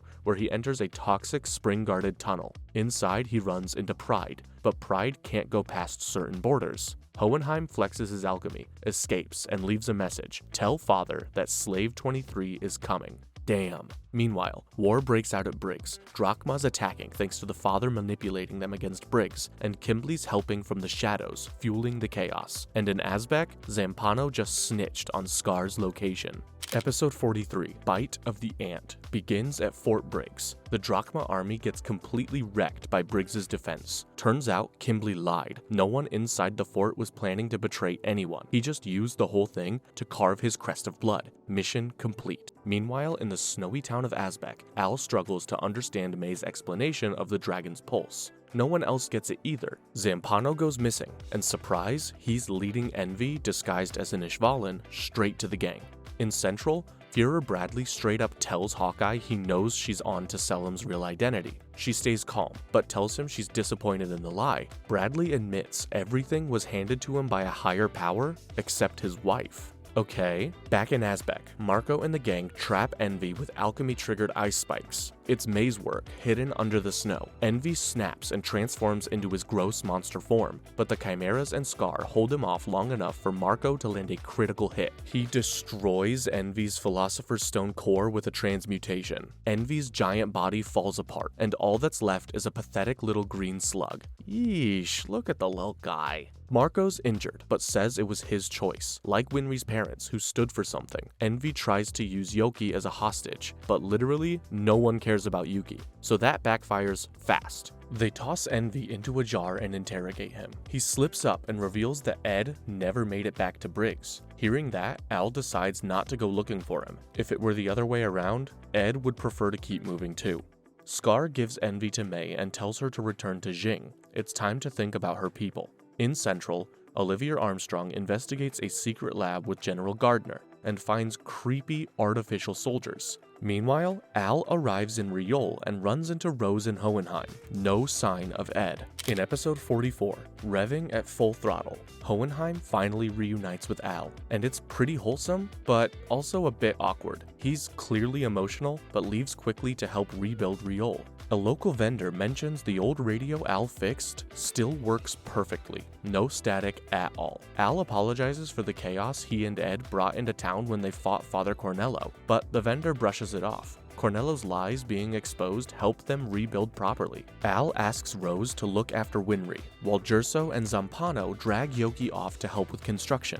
Hohenheim tells some townsfolk Al probably won't forgive him. Right as Al walks up to help him, Rose and Winry have a little heart-to-heart during bath time. Rose learns Winry's not just Ed's friend. She built his automail. Rose opens up about how Ed and Al helped her move on after her boyfriend died and Cornello's scam collapsed. They gave her hope. Meanwhile, underground, Beto, a lizard-like chimera, sneaks into Central looking for Greed. He stumbles into a horrifying lab full of mannequin soldiers. General Gardner explains to Major General Armstrong that these bodies will be powered by human souls from future battlefields. Beto barely escapes and bumps right into Greed 2, which is Ling, by the way, if you remember. Back in Riol, Al tells Hohenheim about the clone underground. Hohenheim thanks him for trusting him and finally decides to explain everything, including that he's a Philosopher's Stone. Wild, right? He also says Father is basically a knockoff version of him in a flesh bag, and that Pride is guarding the underground tunnel, so the plan needs to work. Elsewhere, Ed is back on his feet and ambushes some soldiers snooping around the clinic. He, Darius, and Heinkel make a slick getaway by disguising their car and playing the hostage card. And in the depths of Central, Beto recognizes Greed and tries to reach him, but Greed kills him anyway. That trauma breaks through, and Greed suddenly remembers his old friends. Ling, inside his head, basically yells at him to get it together. Friends matter. Finally, Greed storms Bradley's mansion, kills a guard, and goes for Wrath himself. In episode 45, The Promised Day, Greed charges into the Bradley estate fists first, demanding answers about the painful memories crashing into his head. He remembers Wrath, aka King Bradley, slaughtering his whole crew. Wrath just shrugs, calling Greed weak for clinging to the past. They then throw down hard. Mrs. Bradley watches, horrified, with Selim, Pride in disguise, in her arms. Greed eventually blocks a killing blow, snaps Wrath's sword, and crashes through a window to escape. Meanwhile, Olivia Armstrong storms into her family mansion, tells her dad he's retiring now and taking the family title with him. He says he was gonna give it to Alex, but she calls her brother a coward. Naturally, their dad decides the two should fight it out. As the siblings destroy the house mid-duel, their parents calmly pack for Jing. Olivia wins and gets the title. When Alex asks why she joined Central, she hints it's just a cover. Elsewhere, Mei Chang passes through the town of Yuswell, with Envy in a jar in tow. The locals are super kind to her, which makes Envy smirk. He starts manipulating Mei Chang, saying she's leaving good people to die as she returns to Jing. He also adds that Father, the real villain, is the real key to immortality, not a tiny bug like him. The manipulation works and May turns back to Central. Meanwhile, Ed, Darius, and Hainkill hit up one of Mustang's old hideouts but find Ling instead. He explains Greed fought Wrath, freaked out, and bailed on the Homunculi. Ling briefly spills that the promised day is when Father will open the gate. However, as he says that, Greed takes over again and refuses to help unless he's the boss. Ed shrugs and agrees, and Greed's in. Up north, Izumi hears about the promised day and gets herself arrested on purpose to deliver the warning. The message spreads, from Briggs to Grumman, to Riza via her dog, to Mustang hidden in a hospital. The resistance is quietly taking shape. Everyone's now prepping for spring. The big day's almost here. In the next episode, Looming Shadows. It's finally spring, and the promised day is almost here. A train from Briggs shows up in Rezembul, and hidden inside a water tank is none other than Winry, smuggled in by soldiers to the Rockbell house. But surprise, Edward is already there, hiding out with Greed, Darius, and Hainkel. After a brief freakout and some yelling, Winry kicks the guys out so she can talk to Ed one-on-one. She tells him that Alphonse is on the train to Central, but Ed doesn't go after him, too risky since he's now a wanted man. Winry fixes up Ed's arm and updates him about his dad, Hohenheim, who's now in a slum called Kanama. She tells Ed to go see him, and they talk about the promised day. Winry gets mad when Ed tells her to leave the country. She makes him promise to stop the Homunculi's plan and come back with both his and Al's bodies. Elsewhere, Scar, Dr. Marco, and some unlikely allies, including former enemies like Zampano and Jerzo, start heading to Central. Scar's not fighting for Amestris though. He wants to tear the system down and force it to recognize the Ishvalins. A large group of Ishvalins, including Scar's old teacher, are now backing him. Meanwhile, Grumman and Miles are ready to strike Central, until Bradley himself shows up to oversee training. That slows things down, but Grumman's not panicking. He's got plans. In Central, Al wakes up from one of his usual out-of-body freakouts, just in time to get jumped by Gluttony and Pride, who lock him down until the big day. And then, boom, Bradley's train gets thrown off a bridge. Game on. In this one, called Emissary of Darkness, Al's stuck in a creepy dream where a voice tells him it's too early to die. It starts off like a kid, then turns full-on demon. Meanwhile, Ed and his crew, Greed, Heinkel, and Darius, arrive in Kanama and find Hohenheim. Ed greets his dad with a punch, naturally. Greed immediately claims he's the leader of their group, and Ed's not even dealing with that right now. Once Ed mentions the promised day is tomorrow, Hohenheim agrees it's time to spill everything. As we already know, Hohenheim is a Philosopher's Stone, and he asks if Ed plans to use him. However, Ed doesn't want to use a human sacrifice, which genuinely makes Hohenheim happy. He explains there will be an eclipse tomorrow, and that's the centerpiece of Father's plan. He wants Ed's help. Ed refuses. He's doing things his own way. Before leaving, Ed delivers a message from Pinako. Trisha's last words were that she couldn't keep her promise. She died first, and that wrecks Hohenheim. Later, Ed vents about how Hohenheim isn't the man he expected, while Hohenheim remembers Trisha and promises he'll see her again. Ed grabs some cloth, transmutes a new red coat, and gears up for what might be the final fight. On their way out, Ed wonders why the group's still tagging along. Greed jokes that he's in charge, and Darius and Heinkel admit they've got nowhere else to go. Then Al shows up, but Ling senses Pride hiding inside him. Sure enough, shadow tentacles burst out of Al's armor. Greed fights him, but Pride starts threatening everyone, so Ed blacks out the whole town to cut off the shadows. That gives Heinkel a chance to track down Pride's real body, Selim Bradley. Then Gluttony shows up. Darius handles him, Ed gets bashed, and Ling takes over to finish it, but Gluttony transforms again, only to get shredded by a mystery attacker. It's Lan Fan, and she's back with a new automail arm. Let's freaking go! In the next episode, Oath in the Tunnel, Lan Fan's back and not messing around. She's slicing up Gluttony with her new automail arm while Ling punches him around. Inside Ling, Greed is loving it, watching it all happen. Back with Ed, Fu shows up and explains the whole chi sensing thing from Jing, which helps them see better at night and track energy. Turns out Fu and Lan Fan had gone to Central, sensed a ton of weird chi there, and followed it. Fu detects pride, Hohenheim, and greed nearby. Ed's like, yeah, that tracks. Ed's still worried since Lan Fan's arm is fresh, but Fu casually explains they've got more than just blades. They're packing explosives too. One of them goes off, nearly blasting Ed. He's fine, just annoyed. Then Fu mentions his own gear, and Ed wants him to come along to help stop Pride. Meanwhile, Henkel is barely hanging on against Pride, who uses a couple townsfolk with lanterns as cover to injure Henkel and start a forest fire to boost his shadows. Just as Pride goes in for the kill, Ed blocks the attack. Elsewhere, at Madame Christmas's bar, she hands over damning photos of Selim Bradley looking the same in photos dating back decades. Jeez. Also, turns out she's Roy Mustang's foster mom. They fake blow up the bar and sneak into the sewers. Roy promises to rebuild it one day, and they part ways. Roy then meets up with his team underground. They know Bradley's missing. Tensions are rising, and they're basically locked into whatever happens next. Back in the forest, Ed signals Fu to use a flash grenade, cutting off Pride's shadows and saving Al. Lan Fan and Ling chase down Gluttony, who runs off. When Pride realizes he and Gluttony are both running out of juice, he devours Gluttony to recharge, now with a Philosopher's Stone upgrade and Gluttony's sense of smell. At Central, the brass tells Father that Mustang's on the move. When they wonder what Mustang's next play is, Olivia Armstrong casually guesses he'll kidnap Mrs. Bradley, and she's right. Mustang pulls it off within seconds. We're in episode 49, and Pride's done playing around. He tries snatching up Ed to force Hohenheim out, but Ed, Greed, and Lan Fan all tag team to hold him off. Problem is, Lan Fan's new automail is glitching. Meanwhile,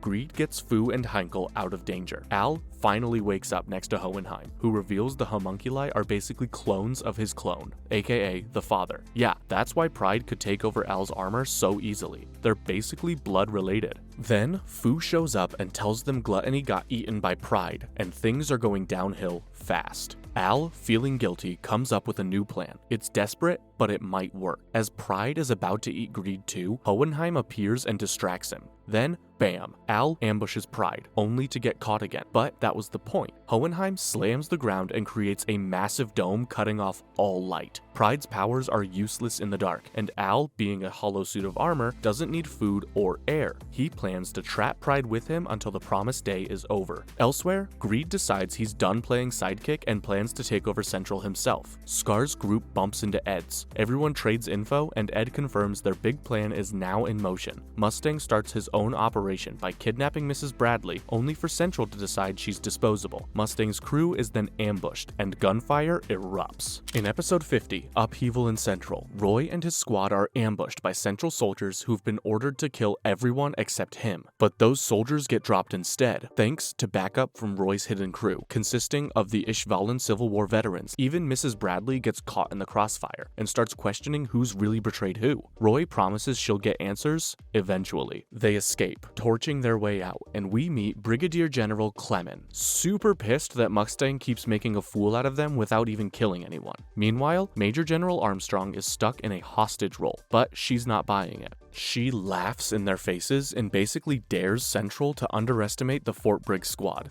Right on cue, Captain Buccaneer and his snow beasts burst out of hiding and wreck Central's troops in the streets.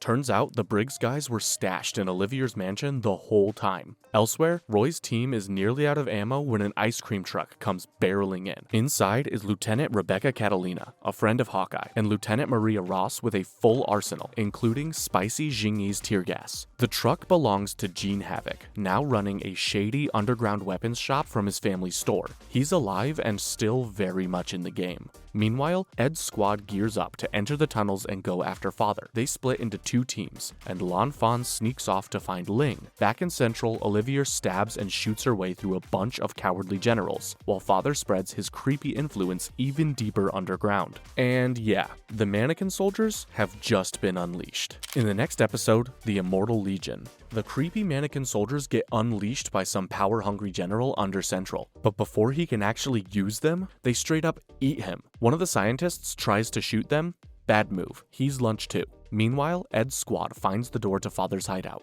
And yeah, it's huge. Ed figures out Barry the Chopper's old armor is lying around. But before they can even knock, the door creaks open and mannequin soldiers come pouring out. Up above, Major General Armstrong tries to force a general to call off troops from Mustang's side. The guy refuses, and just as he makes things worse, Sloth casually drops in and squashes him. Armstrong's like, thanks, and gets ready to throw hands with the massive homunculus. Back with Ed's group, the mannequins are swarming. Ed realizes they've got human souls inside, and Scar's alchemy can't destroy them. They fight anyway, trying to keep them from reaching the surface. Outside, Mustang's gang hears it's getting harder to move around. He's got a plan though. In the woods, Pride uses Al's helmet to tap out Morse code. Heinkel figures it out too late, and Kimberly shows up and blasts a hole in their hideout, effectively freeing Pride. Elsewhere, May accidentally helps Envy get his body back after he's eaten by a mannequin in all the chaos. Bro just absorbs a lot of mannequins and gains his body back. Meanwhile, Al, barely able to move, refuses to leave Henkel. He's given a Philosopher's Stone to help fight. He uses it to fix his body and steps out of the dust cloud ready to go. Kimberly is thrilled. In the following episode, Combined Strength, Al uses the Philosopher's Stone like a pro, making smoke, blocking attacks, and even turning his old metal foot into a weapon to go toe-to-toe with Pride and Kimberly. Pride keeps slicing through Al's defenses, but Al outsmarts him with a flash bomb decoy and traps him again. Kimberly, still smug, asks why Al didn't just use the stone to get his body back. Al asks why it always has to be one or the other. Then, Kimberly casually reveals he has a Philosopher's Stone too, just chilling in his mouth. Meanwhile, in Central, Major Alex Armstrong and his sister Olivia try to slow down Sloth, who's now zipping around like a freight train on rocket fuel. Turns out, he's the fastest homunculus. Cool. He slams Olivia into a wall, but Alex saves her and takes Sloth down to a lower floor. They're both beat up, but still fighting. Back with Al, Pride escapes again and catches him, but Al's whole plan was just to block his senses with the wind. Right then, Henkel ambushes Kimberly, having been healed by Dr. Marco using a stone. Then, Yoki shows up in a stolen jeep to rescue the squad. They flee,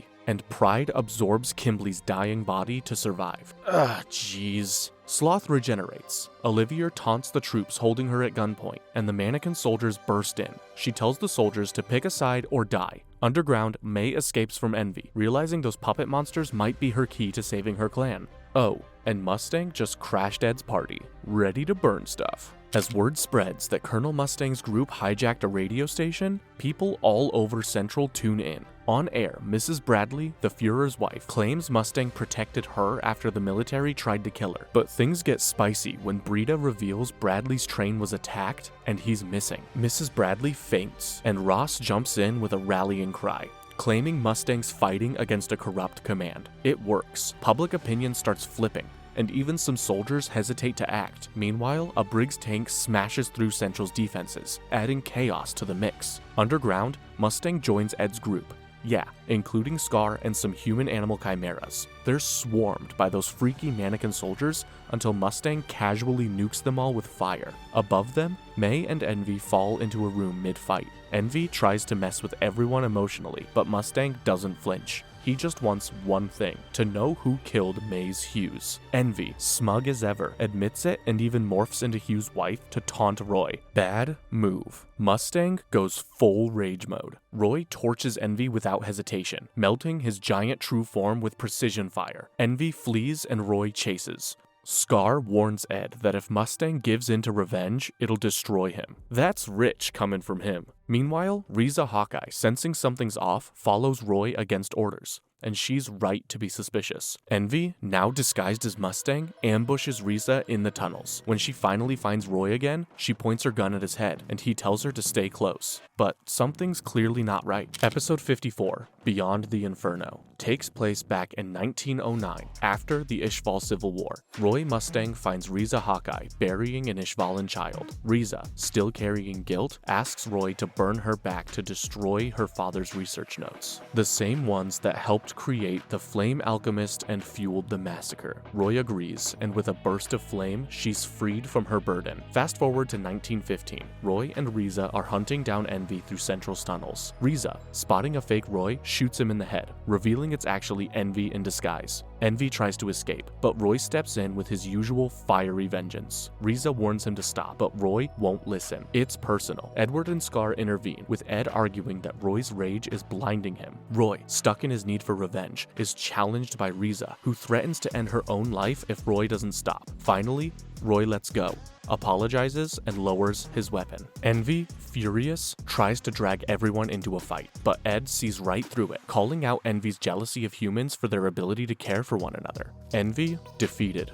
pulls out his Philosopher's Stone and takes his own life, crumbling to dust. Meanwhile, at Central Command, Sloth regenerates and keeps fighting. Alex Armstrong gets pummeled, but with a quick shoulder pop, he returns to the fight and helps his sister Olivia take down the monster. Over at the gate, Clement orders cannon fire, but Briggs' forces, led by Izumi Curtis, storm in and take over. Finally, deep underground, Van Hohenheim meets Father, revealing his disdain for the homunculus. In episode 55, The Adult's Way of Life, Ed's group makes their way through the underground tunnels, with Ed arguing with Roy Mustang about their direction. Mustang shrugs it off, mentioning that he only made it this far thanks to Riza Hawkeye's help. Meanwhile, Scar warns them to keep quiet to avoid being detected. Riza thanks Scar for helping Mustang earlier, but Scar just replies that it's unnecessary. Up top, Briggs soldiers stop their attack on Central Command, revealing that Izumi Curtis used her alchemy to dig a tunnel for a surprise entrance. Inside, Olivia Armstrong orders Captain Buccaneer to take care of the mannequin soldiers before they escape. The mannequins are deadly creations, implanted with human souls, and they don't fear death. In the fight, Sloth regenerates and nearly knocks Alex and Olivia out with his speed. But then, Izumi shows up, tossing Sloth around with her powerful alchemy. Her husband, Sig, joins the battle, and together they take down Sloth, using perfect teamwork. Sloth, drained from his Philosopher's Stone, finally dies, leaving a chilling last remark about the burden of living. Elsewhere, Hohenheim confronts Father, questioning why he created the homunculi and cut himself off from humanity. Their battle escalates, with Father attempting to absorb Hohenheim's Philosopher's Stone, but failing. Back in Central, King Bradley reveals that he survived the assassination attempt and is now heading to retake control. The Briggs forces celebrate their success, unaware that Bradley is closing in on them. The next episode, The Return of the Führer, starts in the past. Hohenheim stumbles through the desert, weak and exhausted. He's found by a group of Jing merchants who believe he's dead but help him anyway. Hohenheim mumbles about having nowhere to go after running from Xerxes and apologizing to someone named Sergeants, a master carpenter from Xerxes. Fast forward to the present. Hohenheim explains that the souls of those from Xerxes, including Sergeants, are now inside Father, and they're trying to stop him. Father, however, reveals a new form and says he's evolving into a perfect being. Back above ground, Wrath breaks through Briggs' soldiers, cutting through them like butter. He destroys a tank and slashes Buccaneer's automail arm. Despite being badly wounded, Buccaneer tells Fallman not to worry, but Wrath's power is overwhelming. A new player, Greed, shows up and agrees to help fight Wrath, surprising everyone. Greed reveals he's actually Ling Yao and transforms into his Greed form to take on Wrath. The two clash, with Greed dodging Wrath's deadly strikes and even taking down some Briggs soldiers who try to help. Wrath, however, keeps the upper hand, injuring Buccaneer badly. Meanwhile, Gamelon leads reinforcements to the main gate, unaware of the mannequin soldiers. Fu arrives and takes out Gamelon's squad with smoke bombs before charging in to protect Ling, Greed's host body. Fu's personal vendetta against Wrath is revealed when he mentions the Führer is responsible for taking his granddaughter Lanfan's arm. In episode 57, Eternal Leave, Lanfan sneaks through an underground tunnel and hears soldiers talking about Wrath's return and his destruction of a Briggs tank.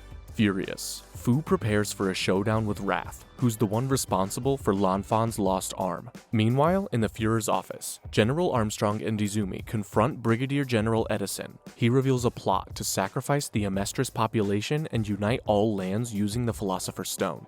Izumi slaps him for his twisted plans and forces the soldiers to decide if they'll follow a corrupt leader. The soldiers, moved by her words, remove their rank insignias, showing they're not loyal to the cause anymore. In the chaos at the main gate, Greed, who's inside Ling Yao, battles Wrath alongside Fu. The fight is brutal, with Wrath showing off his deadly sword skills. Greed and Fu team up, but Wrath uses his ultimate eye to counter their moves. Fu tries to make a suicidal attack with Jingyi's bombs, but before he can, Wrath cuts off the fuses, and Buccaneer impales him with Wrath's own sword. Fu dies satisfied that they've finally landed a blow on Wrath. Meanwhile, Ed and his team fight off zombie soldiers, realizing that Dr. Marco is trying to activate a transmutation circle using sacrifices. This causes a minor earthquake, signaling the activation of the gate. Just as Izumi prepares to escape with Olivier, the group gets sucked into the gate, leaving their fates uncertain. In the next episode, Sacrifices. As Ed is dragged through the mysterious portal, he notices the area is eerily similar to the Gate of Truth. Meanwhile, Greed and Wrath continue their intense fight, with Greed hanging on for dear life after a brutal blow from Wrath. Just as things seem dire, Lan Fan shows up to help, but her automail arm can't handle the weight. Greed tells her to help Fu instead, but she tearfully admits it's too late. Fu has already passed. A Briggs soldier fires at Wrath, injuring him and sending him tumbling into a moat. Ling rushes to Fu's side, begging for help, but no one responds. He's devastated, realizing that despite Greed's Philosopher Stone granting him immortality, he still can't save his friend. Just before Buccaneer dies, he asks Ling to defend the main gate. Ling, now using Greed's power, transforms and goes on a rampage, taking down soldiers and military trucks with ease. As Buccaneer dies, he salutes Ling, proud of the battle they fought. Back in Central, news spreads that Buccaneer and the others died fighting Wrath. Olivier learns about the situation and plans to press on, determined to find her sister-in-law, Izumi. Meanwhile, Ed and Izumi are transported to a strange room where they meet Al and the mysterious father, who reveals that Hohenheim is now trapped in his body. As Ed prepares for a fight, Al remains unresponsive. Elsewhere, Mustang and his team are captured by the Gold-Toothed Doctor, who forces Mustang to perform human transmutation, threatening to kill Hawkeye if he refuses. Despite Hawkeye's encouragement not to, Mustang considers doing it to save her. Mustang refuses to perform human transmutation, choosing to let Hawkeye die rather than sacrifice his soul. The Gold-Toothed Doctor is surprised, but Mustang calls him out for using people as pawns. While they argue, Jerso, now in Chimera form, attacks the Doctor, and May and Zampano drop in, joining the fight against the zombie soldiers. May tries to stop the bleeding on Hawkeye, but says she needs a real doctor. As Mustang and Wrath face off, Mustang points out that Wrath's wounds aren't healing. They get into a battle of words, with Wrath frustrated that humans can actually change. Pride then appears, taking over the situation, and creates a transmutation circle to force Mustang to open the gate. Outside, the eclipse begins, and Pride forces Mustang into the gate, taking his eyesight as a toll. Meanwhile, Scar, Jerso, and May realize Wrath is a distraction, and Father is about to complete the ritual. Mustang arrives in a dark void, where he meets Ed and Izumi. Pride reveals that they forced Mustang through the gate to make him one of the sacrifices, and Ed figures out the cost was Mustang's eyesight. As the group prepares to stop Father, May breaks into his lair and wakes up Al, whose human body is deteriorating. Al decides to stay in his armor body for now to help his friends. Meanwhile, Father is pleased, as all 5 sacrifices are now present. In episode 60, Eye of Heaven, Gateway of Earth, Denny Brosh is sent to Radio Capital to try and negotiate peace. But when he meets with Maria Ross, he's overwhelmed with emotion. Down in Father's lair, Ed insists the homunculi can't just use the sacrifices however they want, but Father laughs it off. Meanwhile, Izumi tries to help Mustang escape, but Father reveals they're already trapped inside him. Up above, Darius, Jerso, Zampano, and Hawkeye are stopped by a strange black film blocking their path. May gets ready to fight, determined to stop Father, but when she attacks, Hohenheim warns her that Father's form doesn't need to move to use his energy. May's attacked, badly injured in the process. Above, Scar faces off against Wrath. The two fight fiercely, but Scar uses his alchemy to turn the tide, breaking one of Wrath's swords and injuring him with spikes from the ground. Wrath is impressed by Scar's resolve, but the fight isn't over yet. Ed takes on Pride while Al helps May. Pride is evading attacks and seems weaker, but Ed is able to land a solid blow with a headbutt, breaking part of Pride's face. Meanwhile, Izumi tries to assist Al, but Father begins the ritual, trapping the sacrifices in a circle around him. With the eclipse reaching its peak, Father reveals his plan. He's going to use the sacrifices to open the Gate of Earth and gain unimaginable power. Just as things look dire, Greed leaps in to attack, but Father expects him. As the ritual unfolds, massive energy surges from the gate, causing the souls of everyone in Amestris to be pulled from their bodies. Father's enormous shadowy form emerges from the gate, and the world begins to change. In episode 61, He Who Would Swallow God, Father pulls God down to earth, and Amestris falls silent as every person dies. Inside the Homunculi's lair, the 5 human sacrifices stir. Father now looks like a younger Van Hohenheim, and the others realize that he absorbed God using a Philosopher's Stone. May and Mustang are horrified to learn that the entire population of Amestris, 50 million people, were sacrificed to make this possible. Ed tries to fight Father, but he quickly disables alchemy and creates a miniature sun to destroy them. Hohenheim reveals he had prepared a countermeasure years ago, spreading souls across Amestris to activate a powerful transmutation circle. As the eclipse continues, these souls return to their bodies, bringing the dead back to life and weakening Father. Father's rage grows, but May uses alchemy to deflect his attacks, though Hohenheim can't keep up with Father's power. As Ed and Al help him, they hope Scar will arrive in time. Meanwhile, Scar and King Bradley are locked in a brutal fight. Scar manages to defeat Bradley, but as he dies, Lanfan arrives to see Wrath's final moments. She takes a Philosopher's Stone from his body before Scar, badly wounded, urges her to help him activate the nationwide transmutation circle. Back at the lair, Ed and Al regain their alchemy powers, and with help from Greed, they prepare for one final assault on Father, but Father continues to ascend, now creating a Philosopher's Stone from the souls of Briggs soldiers, with Hohenheim in pursuit. In episode 62, a fierce counterattack, Father's rampage is in full swing, turning Briggs soldiers into Philosopher's Stones.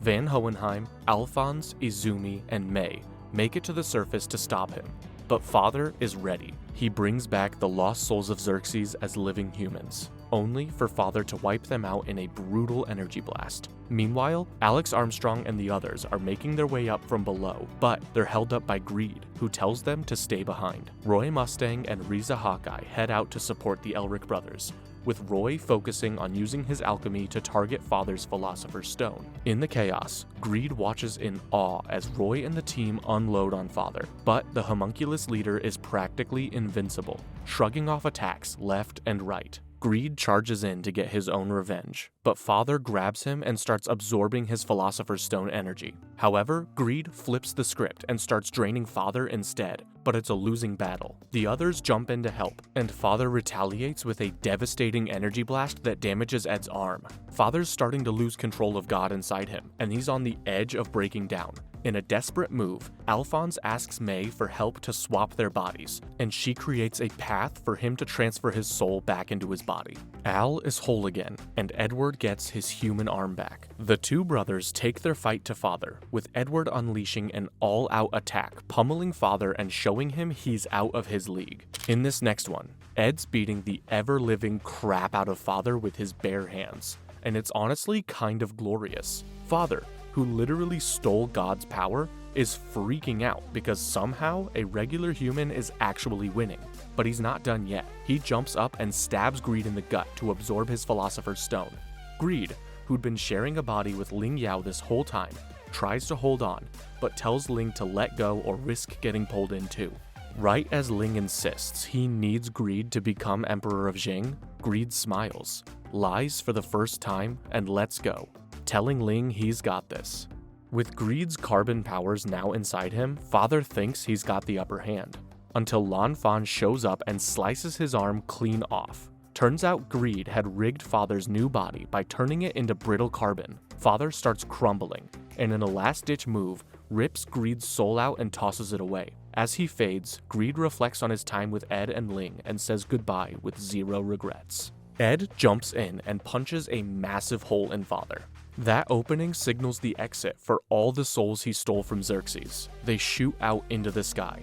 With his power gone, Father's body starts breaking down, and the black hands from the gate grab him. He ends up back in front of the Truth. The Truth basically roasts him for never evolving as a person and relying only on stolen power. Father begs for an answer on how he could have done things differently, and Truth just tells him he had to figure it out himself. The gate slams, and Father is erased. Back in reality, Al's armor is just a lifeless shell. Ling offers Ed the Philosopher's Stone to bring him back, but Ed refuses. Hohenheim offers his own life, but again, Ed says no. No more sacrifices. He figures it out though. To get Al back, he gives up his own ability to do alchemy. Forever.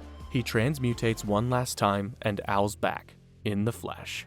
Meanwhile, Ed drops off Tiny Pride to Mrs. Bradley, and the government blames the chaos on corrupt central officers. Hohenheim returns to Trisha's grave, thanks her for everything, and quietly passes away with a smile. In the last episode, Mustang's still in the hospital and totally blind now, but that's not slowing him down. He's already prepping plans to rebuild Ishval. Dr. Knox shows up, alongside Marco, who's been MIA since the fight. Marco offers Mustang a Philosopher's Stone to restore his vision, but Mustang wants Havoc first, then himself. Classic Mustang.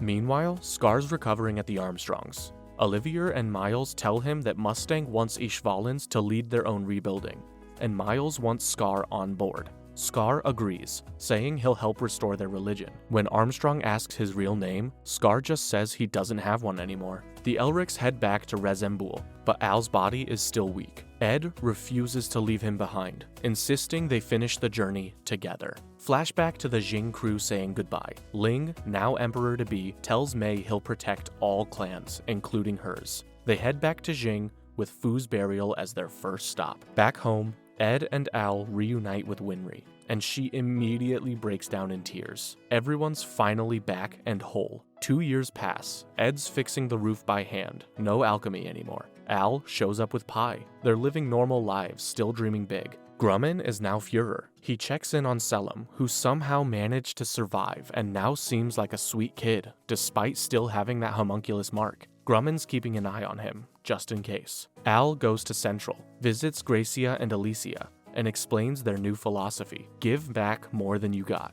Then he heads to Jing to study alkahesty under Mei. Ed's off to the west, chasing more alchemy knowledge, and just to see the world. Before leaving, Ed proposes to Winry in the nerdiest way possible. She accepts. The show closes on snapshots of everyone's future, and finally, Ed boards a train with a grin. And that was the entire story of Fullmetal Alchemist Brotherhood. Truly one of the most groundbreaking animes of all time. A perfect blend of drama, tragedy, and also comedy. What's your favorite moment from the show? What moment had you tugging at your heartstrings? Don't forget to tell me all about it in the comments, and up until next time then, have a good day, and as usual, thanks for watching.